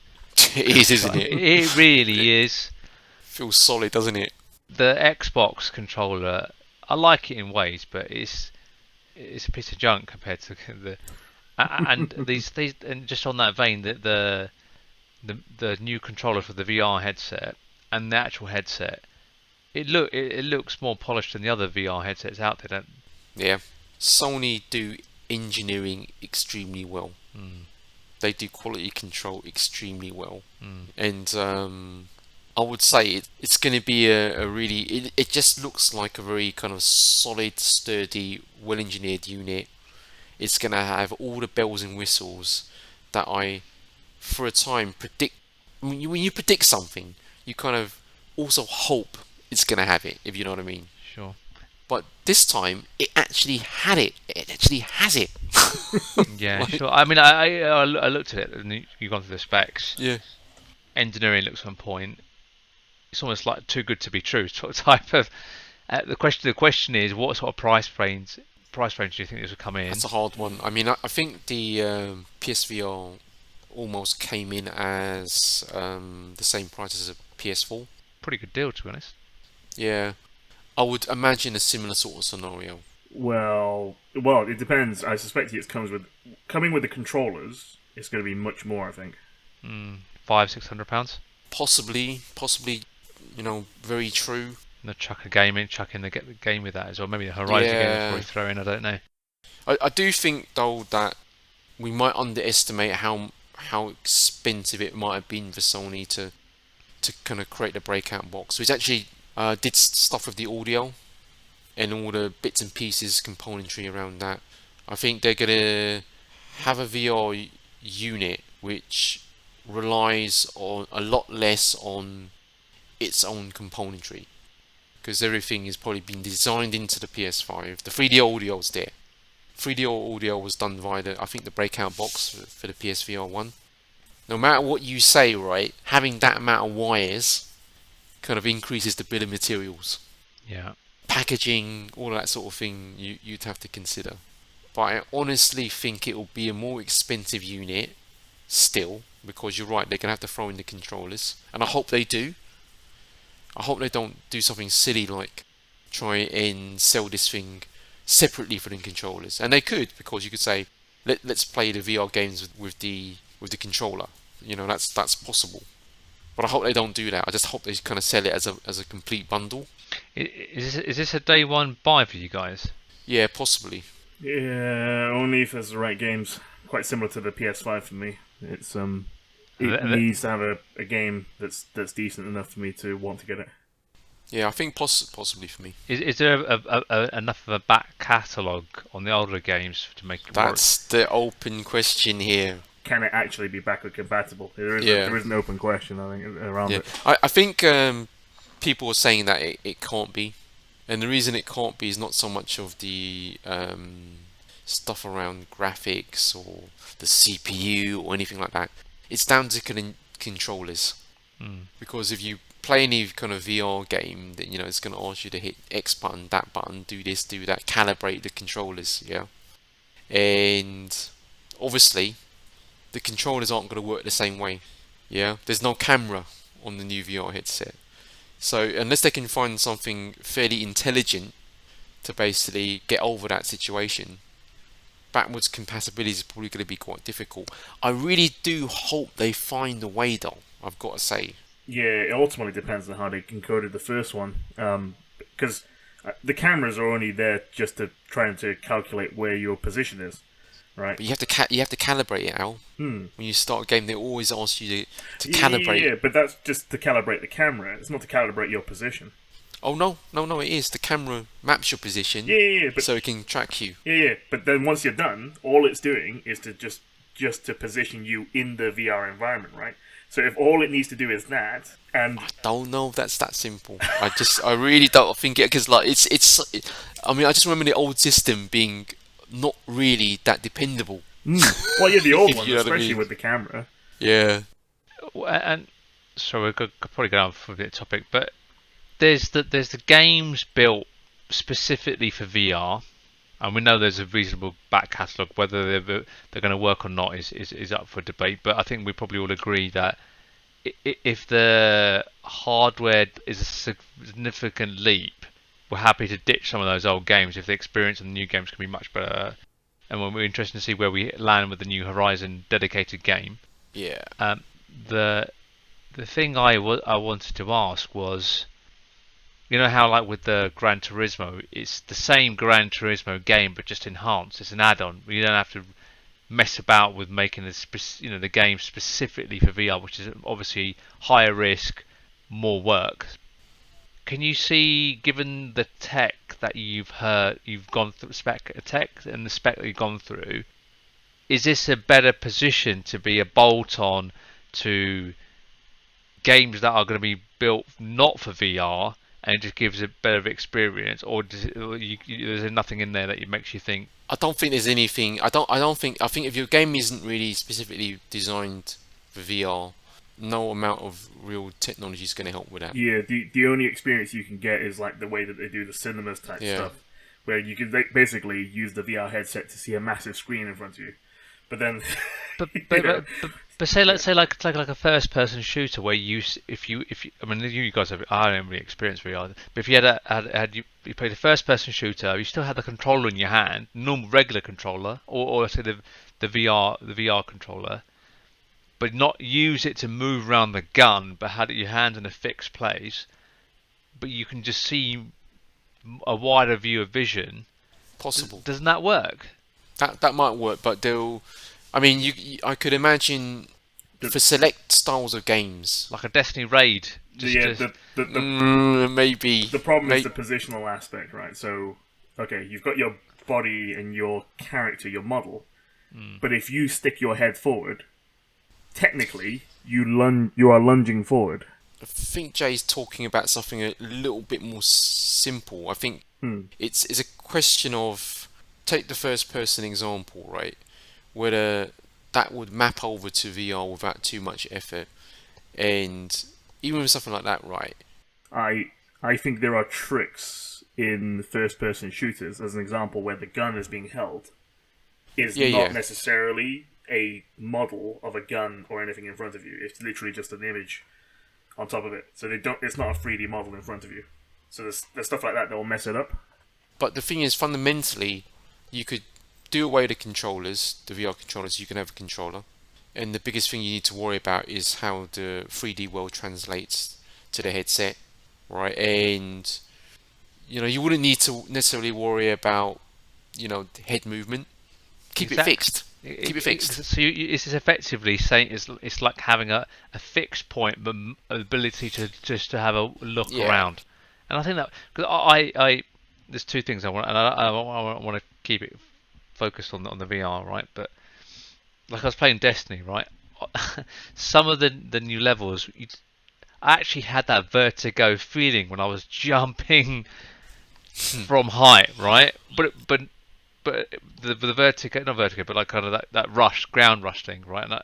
Yeah, I get that all the time. Yeah, No yeah. matter what I play. I get that, and as I'm getting older, I'm getting that more. But it's not fear. It's that feeling in the stomach. It's Yeah, excitement, same. right? But I've really been getting. I've been quite excited by that, right? Yeah. Given that Bungie have done a deal with Sony, and Sony are pushing the VR too. Could you see that happening, you say?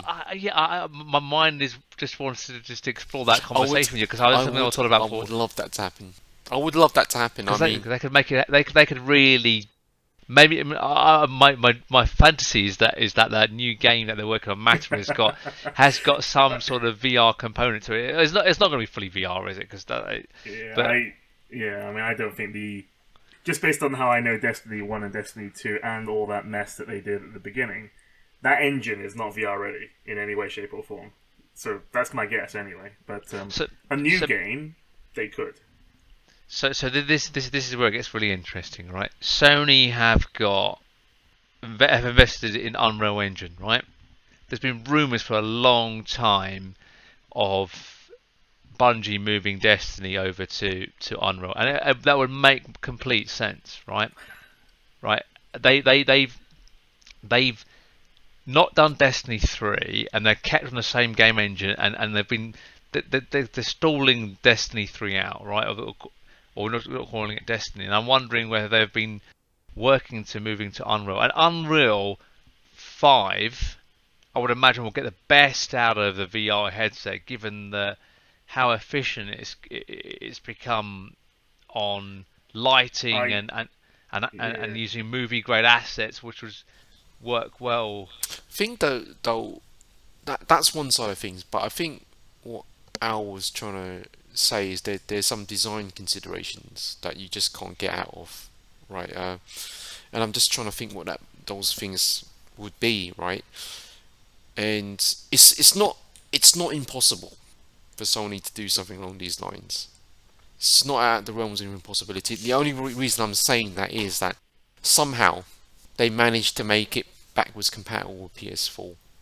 Yeah, and maybe technically it's nowhere near as difficult as making it backwards compatible with PS3, but what I'm trying to say is they expended the time to do it, thinking that was important. But something has to happen, right? Otherwise, PSVR 2 is just going to be the same mini games as VR 1. Yeah, no, I hear what with you're better saying. graphics. Someone has to break and Valve seem to have done it with their Half-Life game. That's meant to be very good. Yeah. I'd be surprised if that wasn't on its way. That was created ground up, though. That was a labor of love by Valve to create that one. Yeah, exactly. But someone has to create the model that allows them to make a game when someone does not interested in VR, or via the transition from non-VR to VR, the hybrid of making those games work across. And the only way you can do that is if you you have to almost create inefficiencies in a flat 2D game, or at least a flat standard game, not a VR game. As a result, that's the. You almost have to prep for the fact that you're going to do it. Yeah, I think Sony are about the only company that can do it. They've got all the constituent parts to this. They've got the VR headset. They've got control over the games. They've got all of that, and they've got some motivation to do it because they've got something to sell and something to gain from it. So it's possible, and I think we've seen elements of that because I think Jay, you said, I mean, that they've been bolt-on parts to other games that we've seen from Sony. The closest one I would say to a bolt-on is something like Skyrim. Skyrim in their VR, but I think that's because they implemented proper 3D for everything before they implemented. No, I would say Sony Skyrim's a good example, but I would say Sony did it with Drive Club. I think they did it with GT. I think there's a few more examples, right? They're big on VR software, that's for sure, games, right? Honestly, I think I would really like for them to somehow make the existing PSVR 1 back catalogue Hmm. compatible. If it compatible. worked, it'd be great. Yeah, because then you've got a ready-made catalogue of games for people to try, and you've also are carrying over what few, PS1 VR users there are. Yeah, Yeah. and I think they'd have to basically, I feel, not quite mandate, but have these bolt-ons, like you said, like make the game somehow work in VR. Yeah, rather than custom built. And I think those will end up being shooters or driving games where that maps over best. It's something that's a little bit more first person, where you don't have to move your head, around to, it's just like Sure. straight ahead. But then they've also got to drive the agenda where you are having built from the ground up, like Al said, games with VR, because that's something that fully uses VR from the design perspective. Because I'm trying to remember, does Destiny allow you to crouch? Yes. Yeah, it does. So, but that's with a button, right? So in a real VR game, you would be the thing that crouches. So that's where I think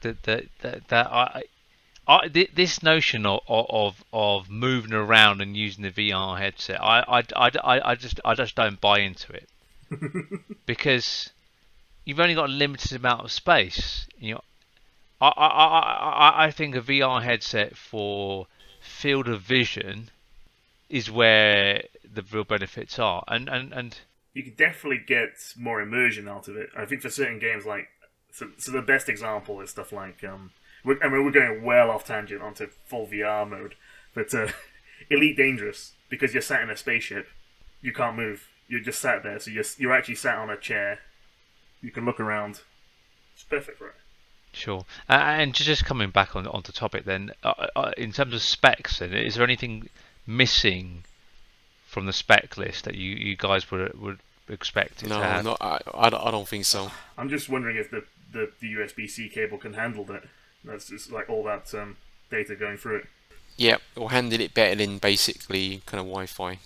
Wi-Fi, official. Yes, but I'm thinking like. If you look at the USB standards, there's a number of them on USB-C. You can push a HDMI signal through it, plus other things. I think you can do more even. Yeah, you can do more. You can do more than the HDMI signal. Mm-hmm. Yeah, most hubs that basically plug into a full USB-C, they have you can power 2 monitors off it. Yeah, and plus other stuff. So I think it's no problem there. I think wireless would have been nice, but the reality is it's just not reliable enough when it's all said and done. Yeah. It just isn't. And we've got the haptics on the headset. We've got the haptics on controllers. We got inside-out tracking, so we don't need a camera. We've got eye tracking. The only thing I would say, I think you do need a separate kind of set of headphones to use with it. So it would have been nice had you had, let's say, audio built in terms of kind of a headset. That's what I understand about it.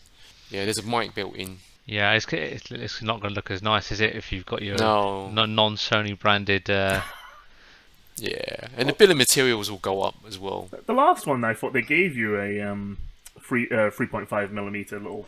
Yeah, they gave you a little kind of in-ear, that was there definitely, but some other headsets actually give you a full-on, when you put it, it's a full-on kind of like integrated kind of headset. Yeah. But I mean that will only keep the cost down, so I can certainly live with that. So there's very little missing from it. Even the panel resolution is comparable to what we have current day with other, like high-end PC headsets. So I just genuinely don't feel that it's a problem. Yeah, you know what I mean? I'm just looking at this USB chart. You can get up to between 5, 10 and up to 20 gigabits per second on a USB-C cable. I mean, it's probably going to be a lower standard on this, but 5 or 10 is probably what this can do. That's pretty good. Yeah, I'd be surprised if it wasn't more. Yeah, I would be surprised because they've designed this USB-C. It's at the front of your PS5. That's right. Right, it's not at the back.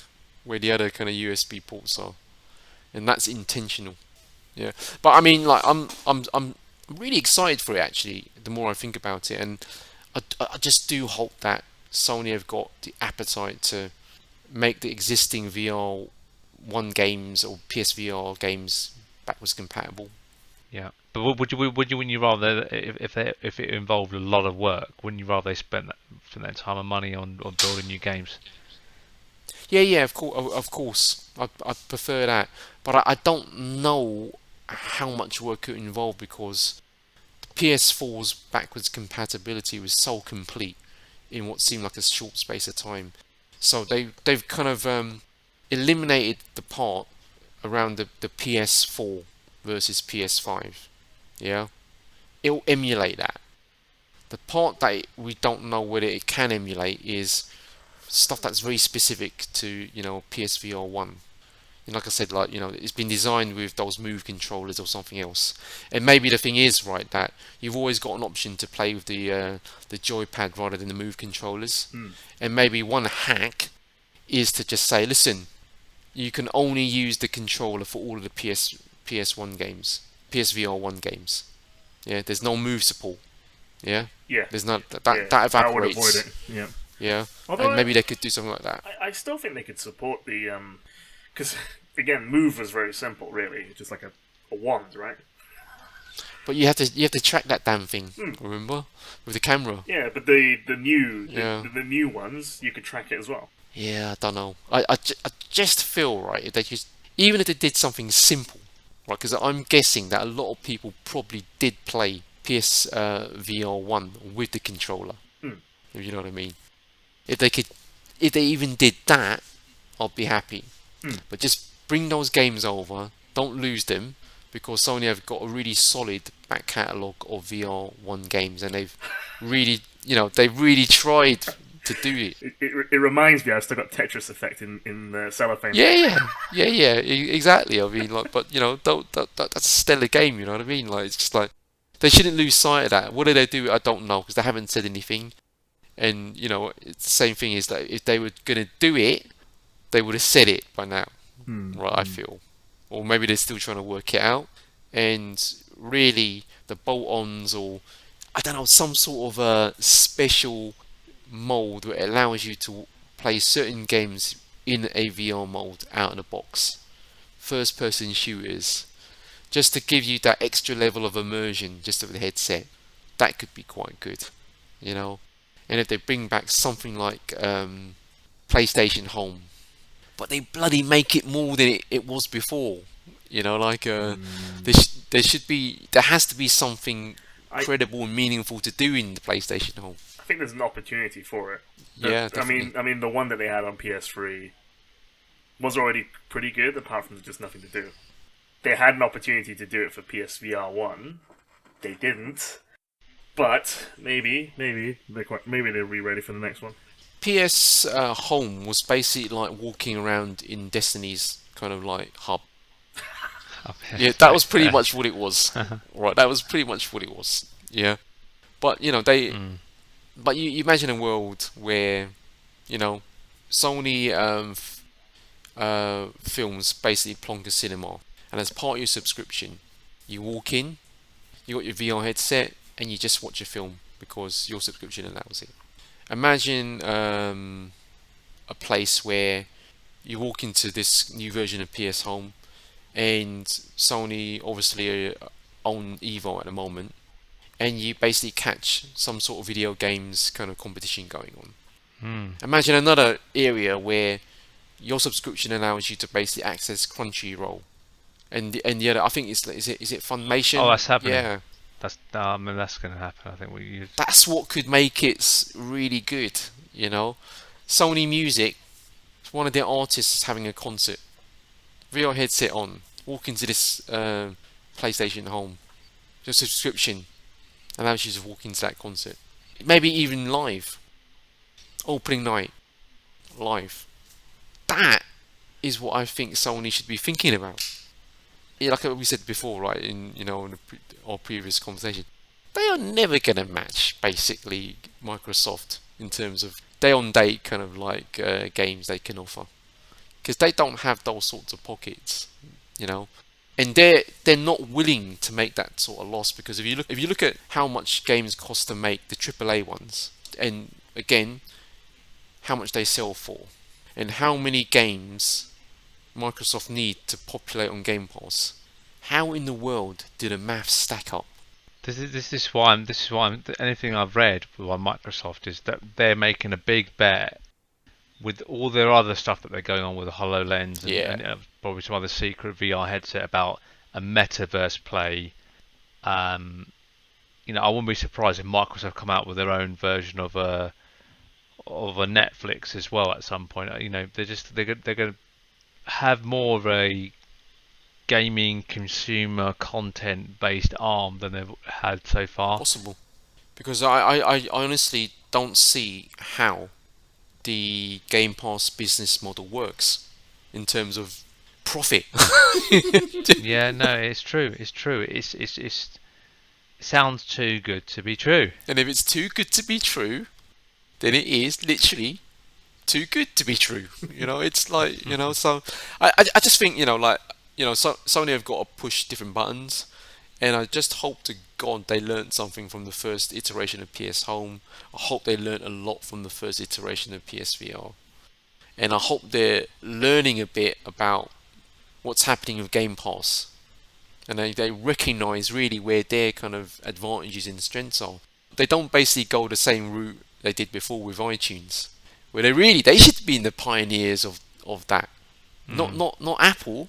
Apple started, almost from ground zero compared to Sony, but they still managed to pull it off. This is where both my kind of like optimism and also my pessimism for Sony comes in with stuff like this. Because don't say that. I bought their I stock know, now. but you told me before. they sometimes blow hot and cold. Yeah, that's the thing, and maybe right now we're seeing a much more consistent Sony. Yeah.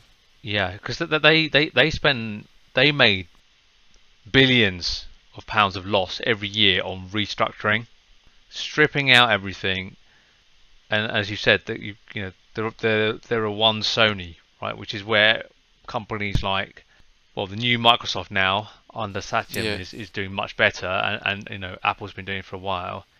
If Sony get their act together, which they seem like that they have, I mean, all it takes is the right behaviour and funding, and then building of products shared across all the parts of Sony, and they're going to win. Yeah, they've got a lot of advantages across a lot of different businesses that all involve entertainment that actually would basically harmonise together very naturally.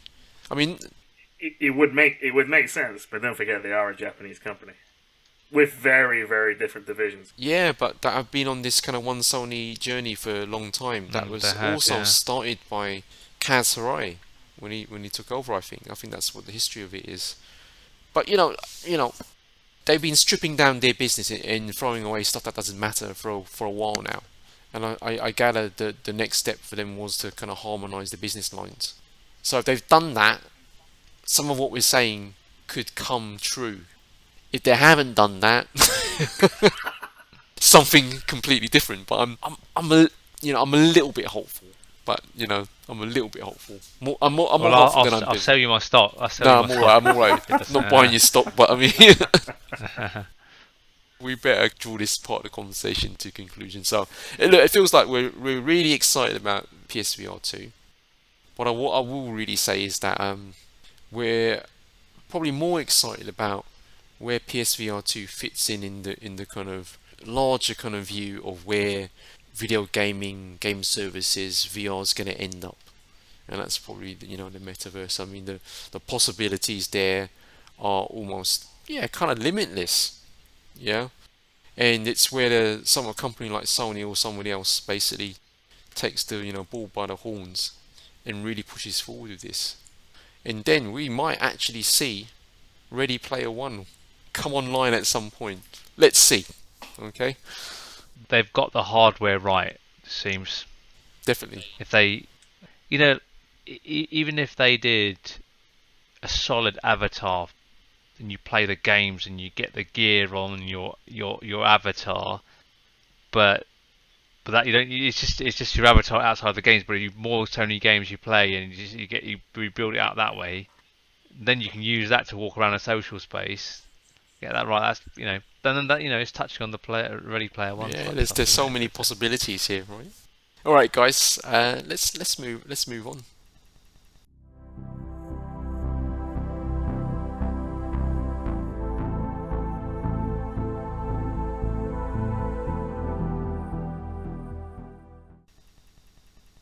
All right, guys, the next topic I want to get to is 2021.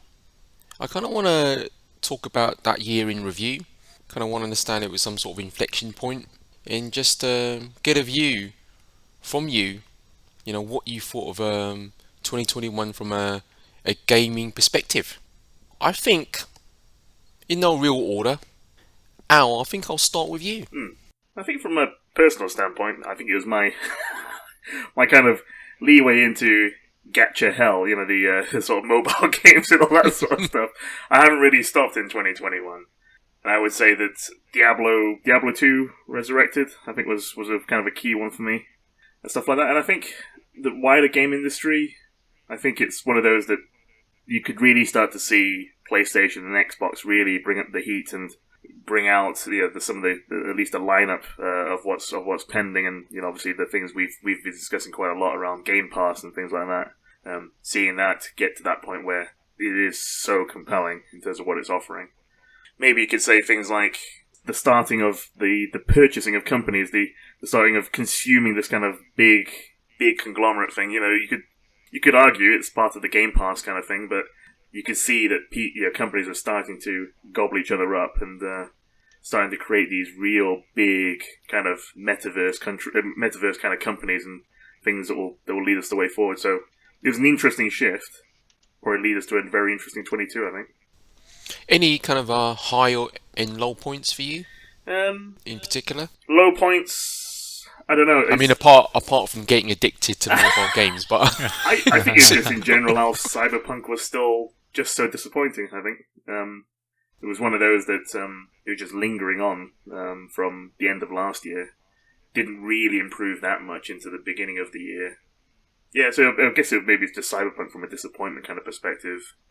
They're continuing to lie just to sell a few more copies, aren't they? It's just Yeah, and it's just those sorts of things that you got some good kind of celebrities and other things and backing around it, a lot of hype around it, and it's just so disappointing. And it's just it's just a shame that the industry still hasn't evolved away from that. But I think the gamers in general will now they've done it. They've had it a few games and occasions where this has happened in the past, and I don't know. I think they'll just now sit and wait rather than they're gone are the days of people pre-ordering stuff, unless they've had an actual an alpha version, a beta version where they've actually played it and actually had hands-on it. I just hope the games industry kind of shifts away from that kind of general section and hype around it, and start just being realistic. It's just that it comes out eventually, right? So. Is it really worth all that negative press that was going to happen at the end of it? Doesn't feel like it. Yeah, I hope it shifts in a better way around that sort of stuff. and any kind of like high points you want to really call out? I think I was just surprised how good Diablo 2 Resurrected was. I still enjoy it as well. So I think that's probably my favorite bit is that I was again with the whole hype and other things around it. There was one. I didn't pre-order it, right? I did eventually buy it on day one, I think it was, after watching a few streamers actually play it, and it just looked like the right sort of game for me, at least just to keep me busy. So I think my high point was Diablo 2 Resurrected and just how good it actually was. Cool, Al. So Jay, over to you. Let's let's get your thoughts on 2021. yeah. For me, in terms of games wise, there were some good games that had come out over the year. Although I haven't bought any of them because I'm at this place now where my backlog is so big, I refuse to buy games at release, and unless it's a games as a service where I don't want to miss out on content. But there are some big titles that came out in 2021 which were going to go to the top of my backlog. So there's Horizon Forza Horizon 5, which looks really good. The Halo campaign. Well, I have to say the Halo game, Halo Infinite, but specifically the Halo campaign. I'm waiting for the co-op to come out, and then I'll dive into that. What else was there? There's Metroid Dread, that was quite good. I like Ratchet and Clank looks quite good, but again, I'm not going to. I'll wait for that to be significantly discounted. Returnal as well, another one. Again, I wouldn't pay £50 for that. So there were some good games. Considering it's been kind of the COVID period, it's not been a bad year. I would say I've probably more enjoyed following the gaming news in 2021 versus actually being that excited for the games. Although, like I've just said, I've added some games to the backlog. For me, the more interesting stuff that Al mentioned was around the consolidation in the industry and what the roadmap of some of these, the roadmap for the kind of the big three, Nintendo, Sony, and Microsoft going forward. I managed to get hardware, PS5, Xbox Series X. That sets me up nicely. So yeah, it's been a bit of a strange year for me. Yeah, I mean, I think Al covered a lot of it. So specific low point for me was some of the sexual harassment stuff coming out. It's pretty horrendous, isn't it? Considering a lot of these, we're the kind of people that appreciate the amount of hard work that goes into these games, right? And people aren't rewarded that well for it, really, considering respected. I mean, respected even, yeah, exactly. Yeah. So that for me, that was a bit of a low point, but I think that will lead to some positive movements. And high moments for me were probably the excitement of actually getting new hardware and seeing some games come out and seeing what the potential is. And mentions of PlayStation VR 2, which I'm hoping will come out in 2022. But yeah, that's pretty much me. Guess it's my goal now. I mean, 2021 for me is, it's going to be about the new console launches. I think that's really when kind of, you feel a new generation really started kicking off in the new year. They're still launching, aren't they? They haven't actually launched. Yeah, there's an element of that also, right? The battle is still on. Yeah, the battle's still on. They're still launching. Just moments throughout the year. Obviously the actual acquisition of ZeniMax, Bethesda, that first kind of massive kind of like shot across the bow. Microsoft saying this is what we're gonna do. We're serious about Game Pass. I'd say Apple Silicon launching, though that's not specifically gaming, it's just an interesting piece of technology. And for me, right, it just kind of makes me feel that Apple's ecosystem is going to come closer and closer together, and that may or may not have an impact on the kind of games they can offer across all their devices. But I think it's going to be a factor. Yeah, and in terms of, I think, real high points, I guess new hardware being launched, Ratchet and Clank demonstrating to me, this generation's going to be about more than just fidelity, and it's going to be about, say, games design that maybe the SSD kind of underpins. The fact that now we've got the chip manufacturers, the CPU and GPU designers and manufacturers, Nvidia, Intel, AMD, really, really fighting it out. Yeah, nudging, what can be kind of done with their technology domains and pushing each other along. So that's only good for us. It will just kind of like push along innovation and progress and that sort of thing. Down points, I would say, no real Nintendo Switch upgrade, but at least we got a Steam Deck. I mean, which is a little bit annoying.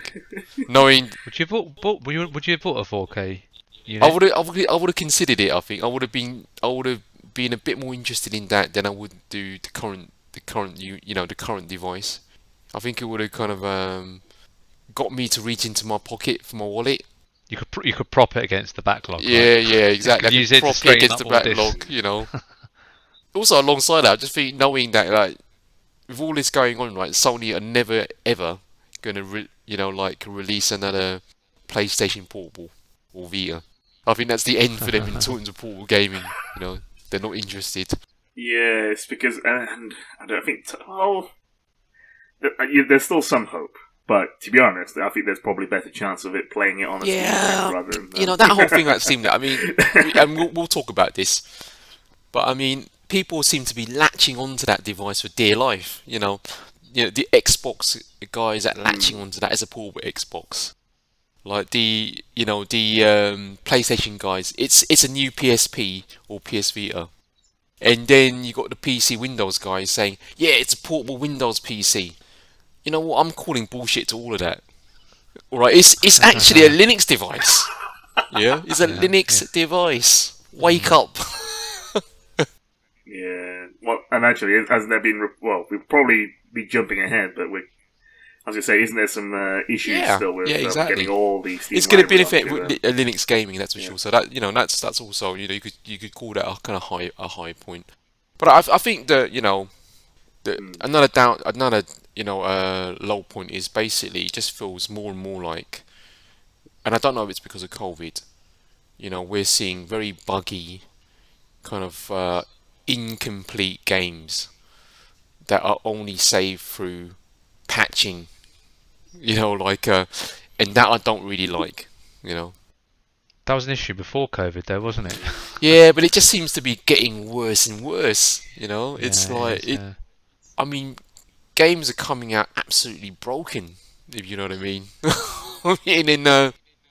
And I don't know what it is. They're kind of rushing out a kind of a day one patch. You hear about that more and more. I mean, I think before it used to be maybe the 2 out of 10, and now it feels like the 6 out of 10, if you know what I mean. Mm. It's kind of becoming a very kind of like uncomfortable trend. But generally speaking, it was a weird 2021. Love the fact that we got, like you said, Jay, new hardware to both, play with and kind of follow the news on and that sort of thing. All very interesting stuff. But equally, some weird stuff came out because of COVID, whether the quality of games or supply chain issues. Generally speaking, it didn't feel like there was a lot of games after the launch of the consoles. And I think another downside for me is that I'm not a big fan of the whole consolidation thing. I'm more in the camp of, and it's more to do with maintaining a bit of diversity more than anything else. I mean, for God's sake, we couldn't let Bobby Kotick continue on Activision. That would have been a horrible kind of like situation. I'm just for diversity. I'm just for different companies doing their own thing. Yeah. I mean, well, we spoke about this in the last podcast, but I think the more ambitious the games get, the more pressure there is. I think it's the whole model needs to change, and I think that's why companies are allowing themselves to get bought out a little bit as well. I think there's a survival aspect to it from a want from the developers. I think you're right, and this is why I think some of the developers are more and more interested in the gaming as a service and platform kind of model, because it Yeah, just allows you got your initial investment and then you just kind of like tick it over. It's less, if successful, it's less risky. exactly. Yeah. And it doesn't gaming of itself. It doesn't have to be the fully fledged like kind of Warframe, Destiny No. type. Like how a fighting game builds a base platform, then they release characters for 4 or 5 years. As long as they keep that content coming Yeah. and they set that expectation with the customer at the start, I think that's okay. Yeah. It's about getting more out your initial investment. Yeah, Really. When it's all said everyone and done. wins. Yeah. Exactly. Yeah, but that's my take of 2021. I mean, a good year, but also a pretty weird year. If you know what I mean. And what can you say? With COVID, everything's weird. You know what I mean? So it's that's my thoughts on the year. And I think, guys, with that said, and us closing out 2021, it's time for us to say our goodbyes.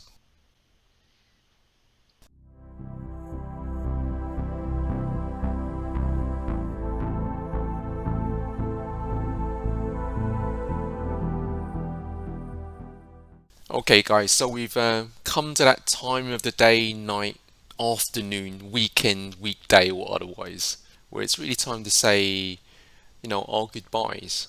But before we do that, I'm going to ask our regular question. What gaming and tech stuff have we been up to? So I think what I'll do is I'll start with you, Al. Let's go with the gaming stuff. I guess I've been digging myself more into gacha hell. I've been playing Ark Knights on my mobile. It's actually really, really good. Really enjoying it. Lots of content, and the good thing about it is that it's released. It's got like a release cycle in China that's like 6 months ahead of the global, which is the rest of everyone else. But the content they've got is just awesome. It's one of those that you can just play on the side. And I just been making great use of it actually using it on the mobile and using a stylus on the mobile as well. So it's been pretty enjoyable, and it's just like a basic tower defense game with pretty good strategic type stuff that you can put into it. So I've also been dabbling a little bit in Lost Ark as well. So that got released. A bit shaky on launch in terms of at least Europe servers. And myself, I'm playing on a US server, so there's no real lag issue across to the US. So US East. It's very, very grindy, and I've not really spent that much time on it. It is an MMO, really, deep down with kind of like Diablo-type mechanics. Worth trying? Yeah, definitely. I think it's definitely worth trying, but you're going to have to accept the fact that you just go at I think the thing that you should accept around it, I think, is just go at your own pace. Interesting. The ones that are trying to keep up with the sort of main end content, they end up having to spend money to just... because there's some randomization of leveling up gear at the very sort of end game, and it just becomes very, very grindy that you just need to be committing quite a lot of time into it, and I just can't do that anymore. But you can play it without dropping money into it, but it just becomes a bit of a grind I've not dropped fest. a penny into it. So if you play it casually, I think ultimately we'd probably want to all get to, let's assume we all do play it, get to the kind of end game kind of angle, level 50, and then start slowly doing dungeons and stuff like that. Yeah, it's probably worthwhile, and it's quite good. You can feel the impact of your spells and stuff. That's the thing that you get out of the game. So you kill lots and lots of mobs, and you just feel the impact as a result. And just obviously it's just randomized loot that you can get from it as well. Cool. I mean, I have been following that game for it feels like a couple of years actually. It's not been released in the West till this point. I mean, it's been out in Asia for a while. In Korea for like 3 years, was it? Yeah, that's right. Yeah, so there's been a lot of streamers that have been playing that sort of Korean server one and just kind of moved back across, and they've done quite well from it actually, because they just had guides which are already ready for, because they know what's going to happen. Although I think their release on the global servers were again slightly different in terms of the content anyway. But they're slowly trying to move them forwards. But it's an interesting one. I think it's been very successful and still continues to be pretty successful from the number of... I mean, like, it's on Steam as well. So the number of player counts is kind of already sort of... I think it's broken records from when I last looked at it. Yeah, I heard they kind of had really high concurrent player kind of numbers. Yeah. Although I don't know if they were counting people in the... Apparently the queues in Europe were horrendous. It was like 2 hours. 2 hours to get into the game. I ain't waiting for no kind of 2 hours for it to get onto a free-to-play game. That's just, that's below me. You can just join Ain't the gonna US happen. server. I mean, the US servers are perfectly fine. Although US were complaining that the Europeans on the servers.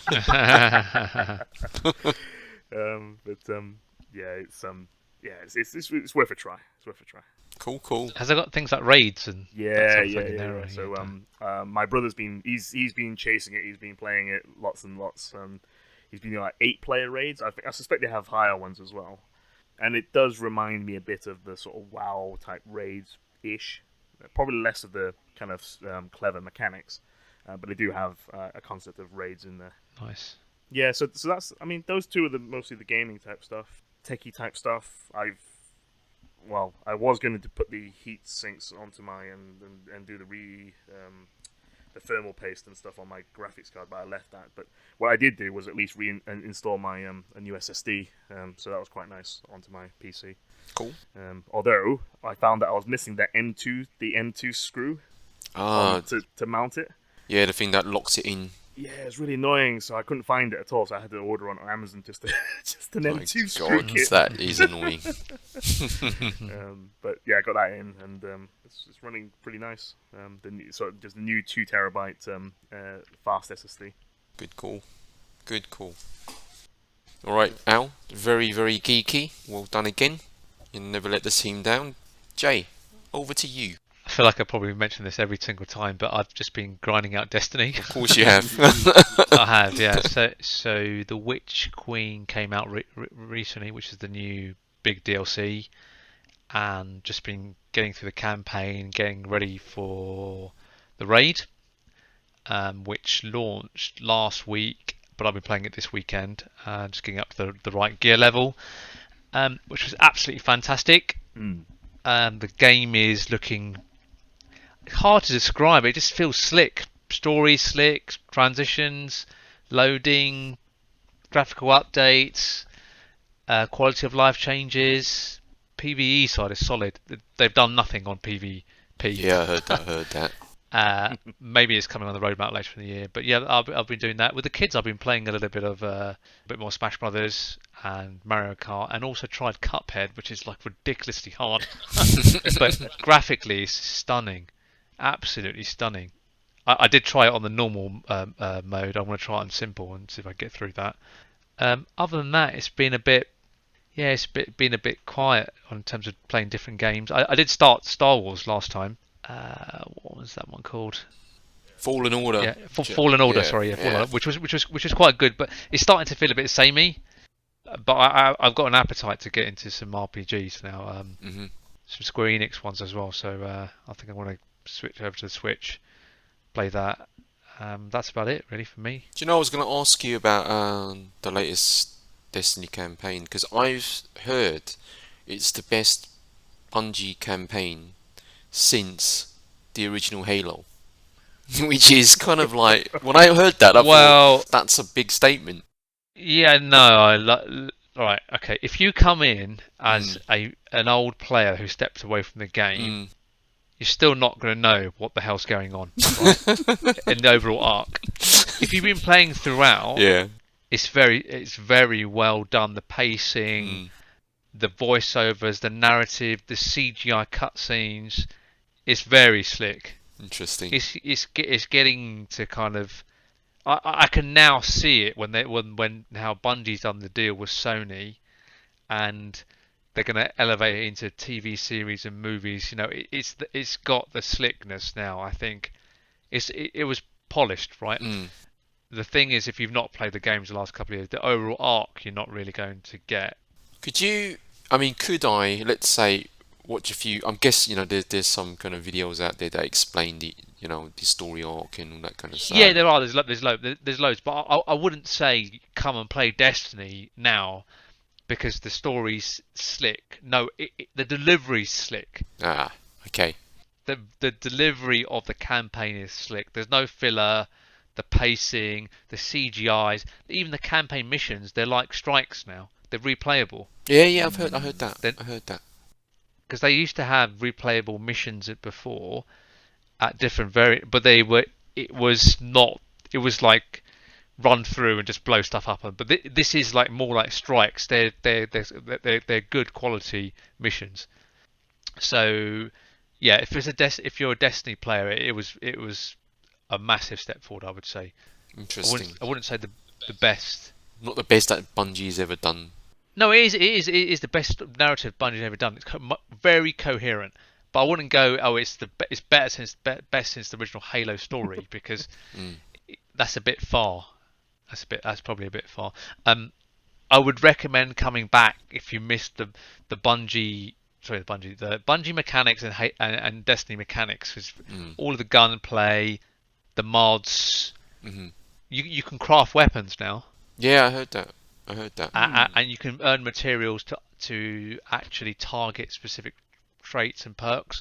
So the perks on the guns, the perks across the armors, and the mods, it's got a nice level of depth. And there's an artifact every season, every 3 months, that's got mods in it as well. So they changed it up as well. So yeah, so in terms of a first person solid RPG light game, it's in a really good place. Basically, the exotic guns, they've all got unique shooting characteristics or perks of the gun. They're not like most hand cannons in the game of similar, although they feel slightly different.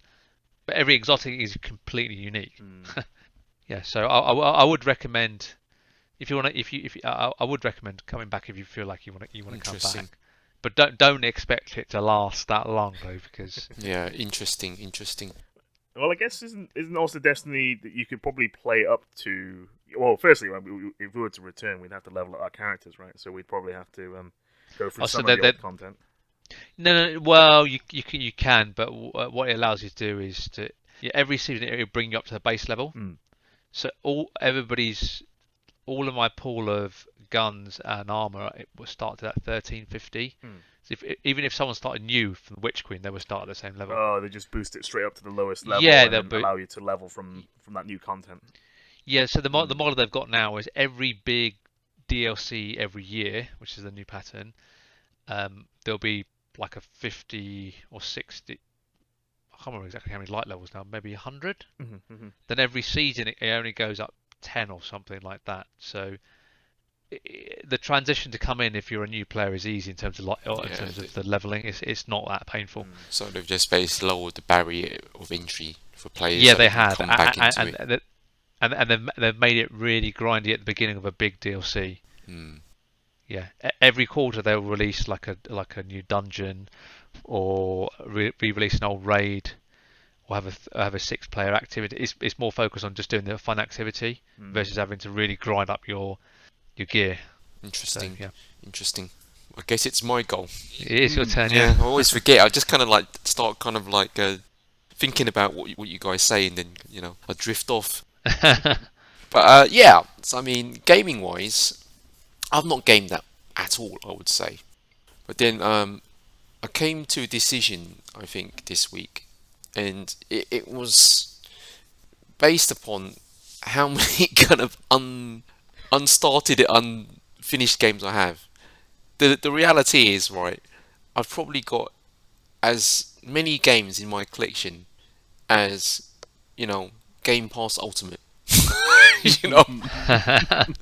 So I think the decision I arrived at is that the first half of this year, I will not buy too many new games. The caveat is Except for No, I'm going to focus on the actually playing and finishing some of these games. I think what struck me that during the podcast we talked about Guilty Gear Strive and the Dragon Ball beat 'em up that Arc Systems did, and I thought, wait a minute, I've hardly played them really in reality. You know what I mean?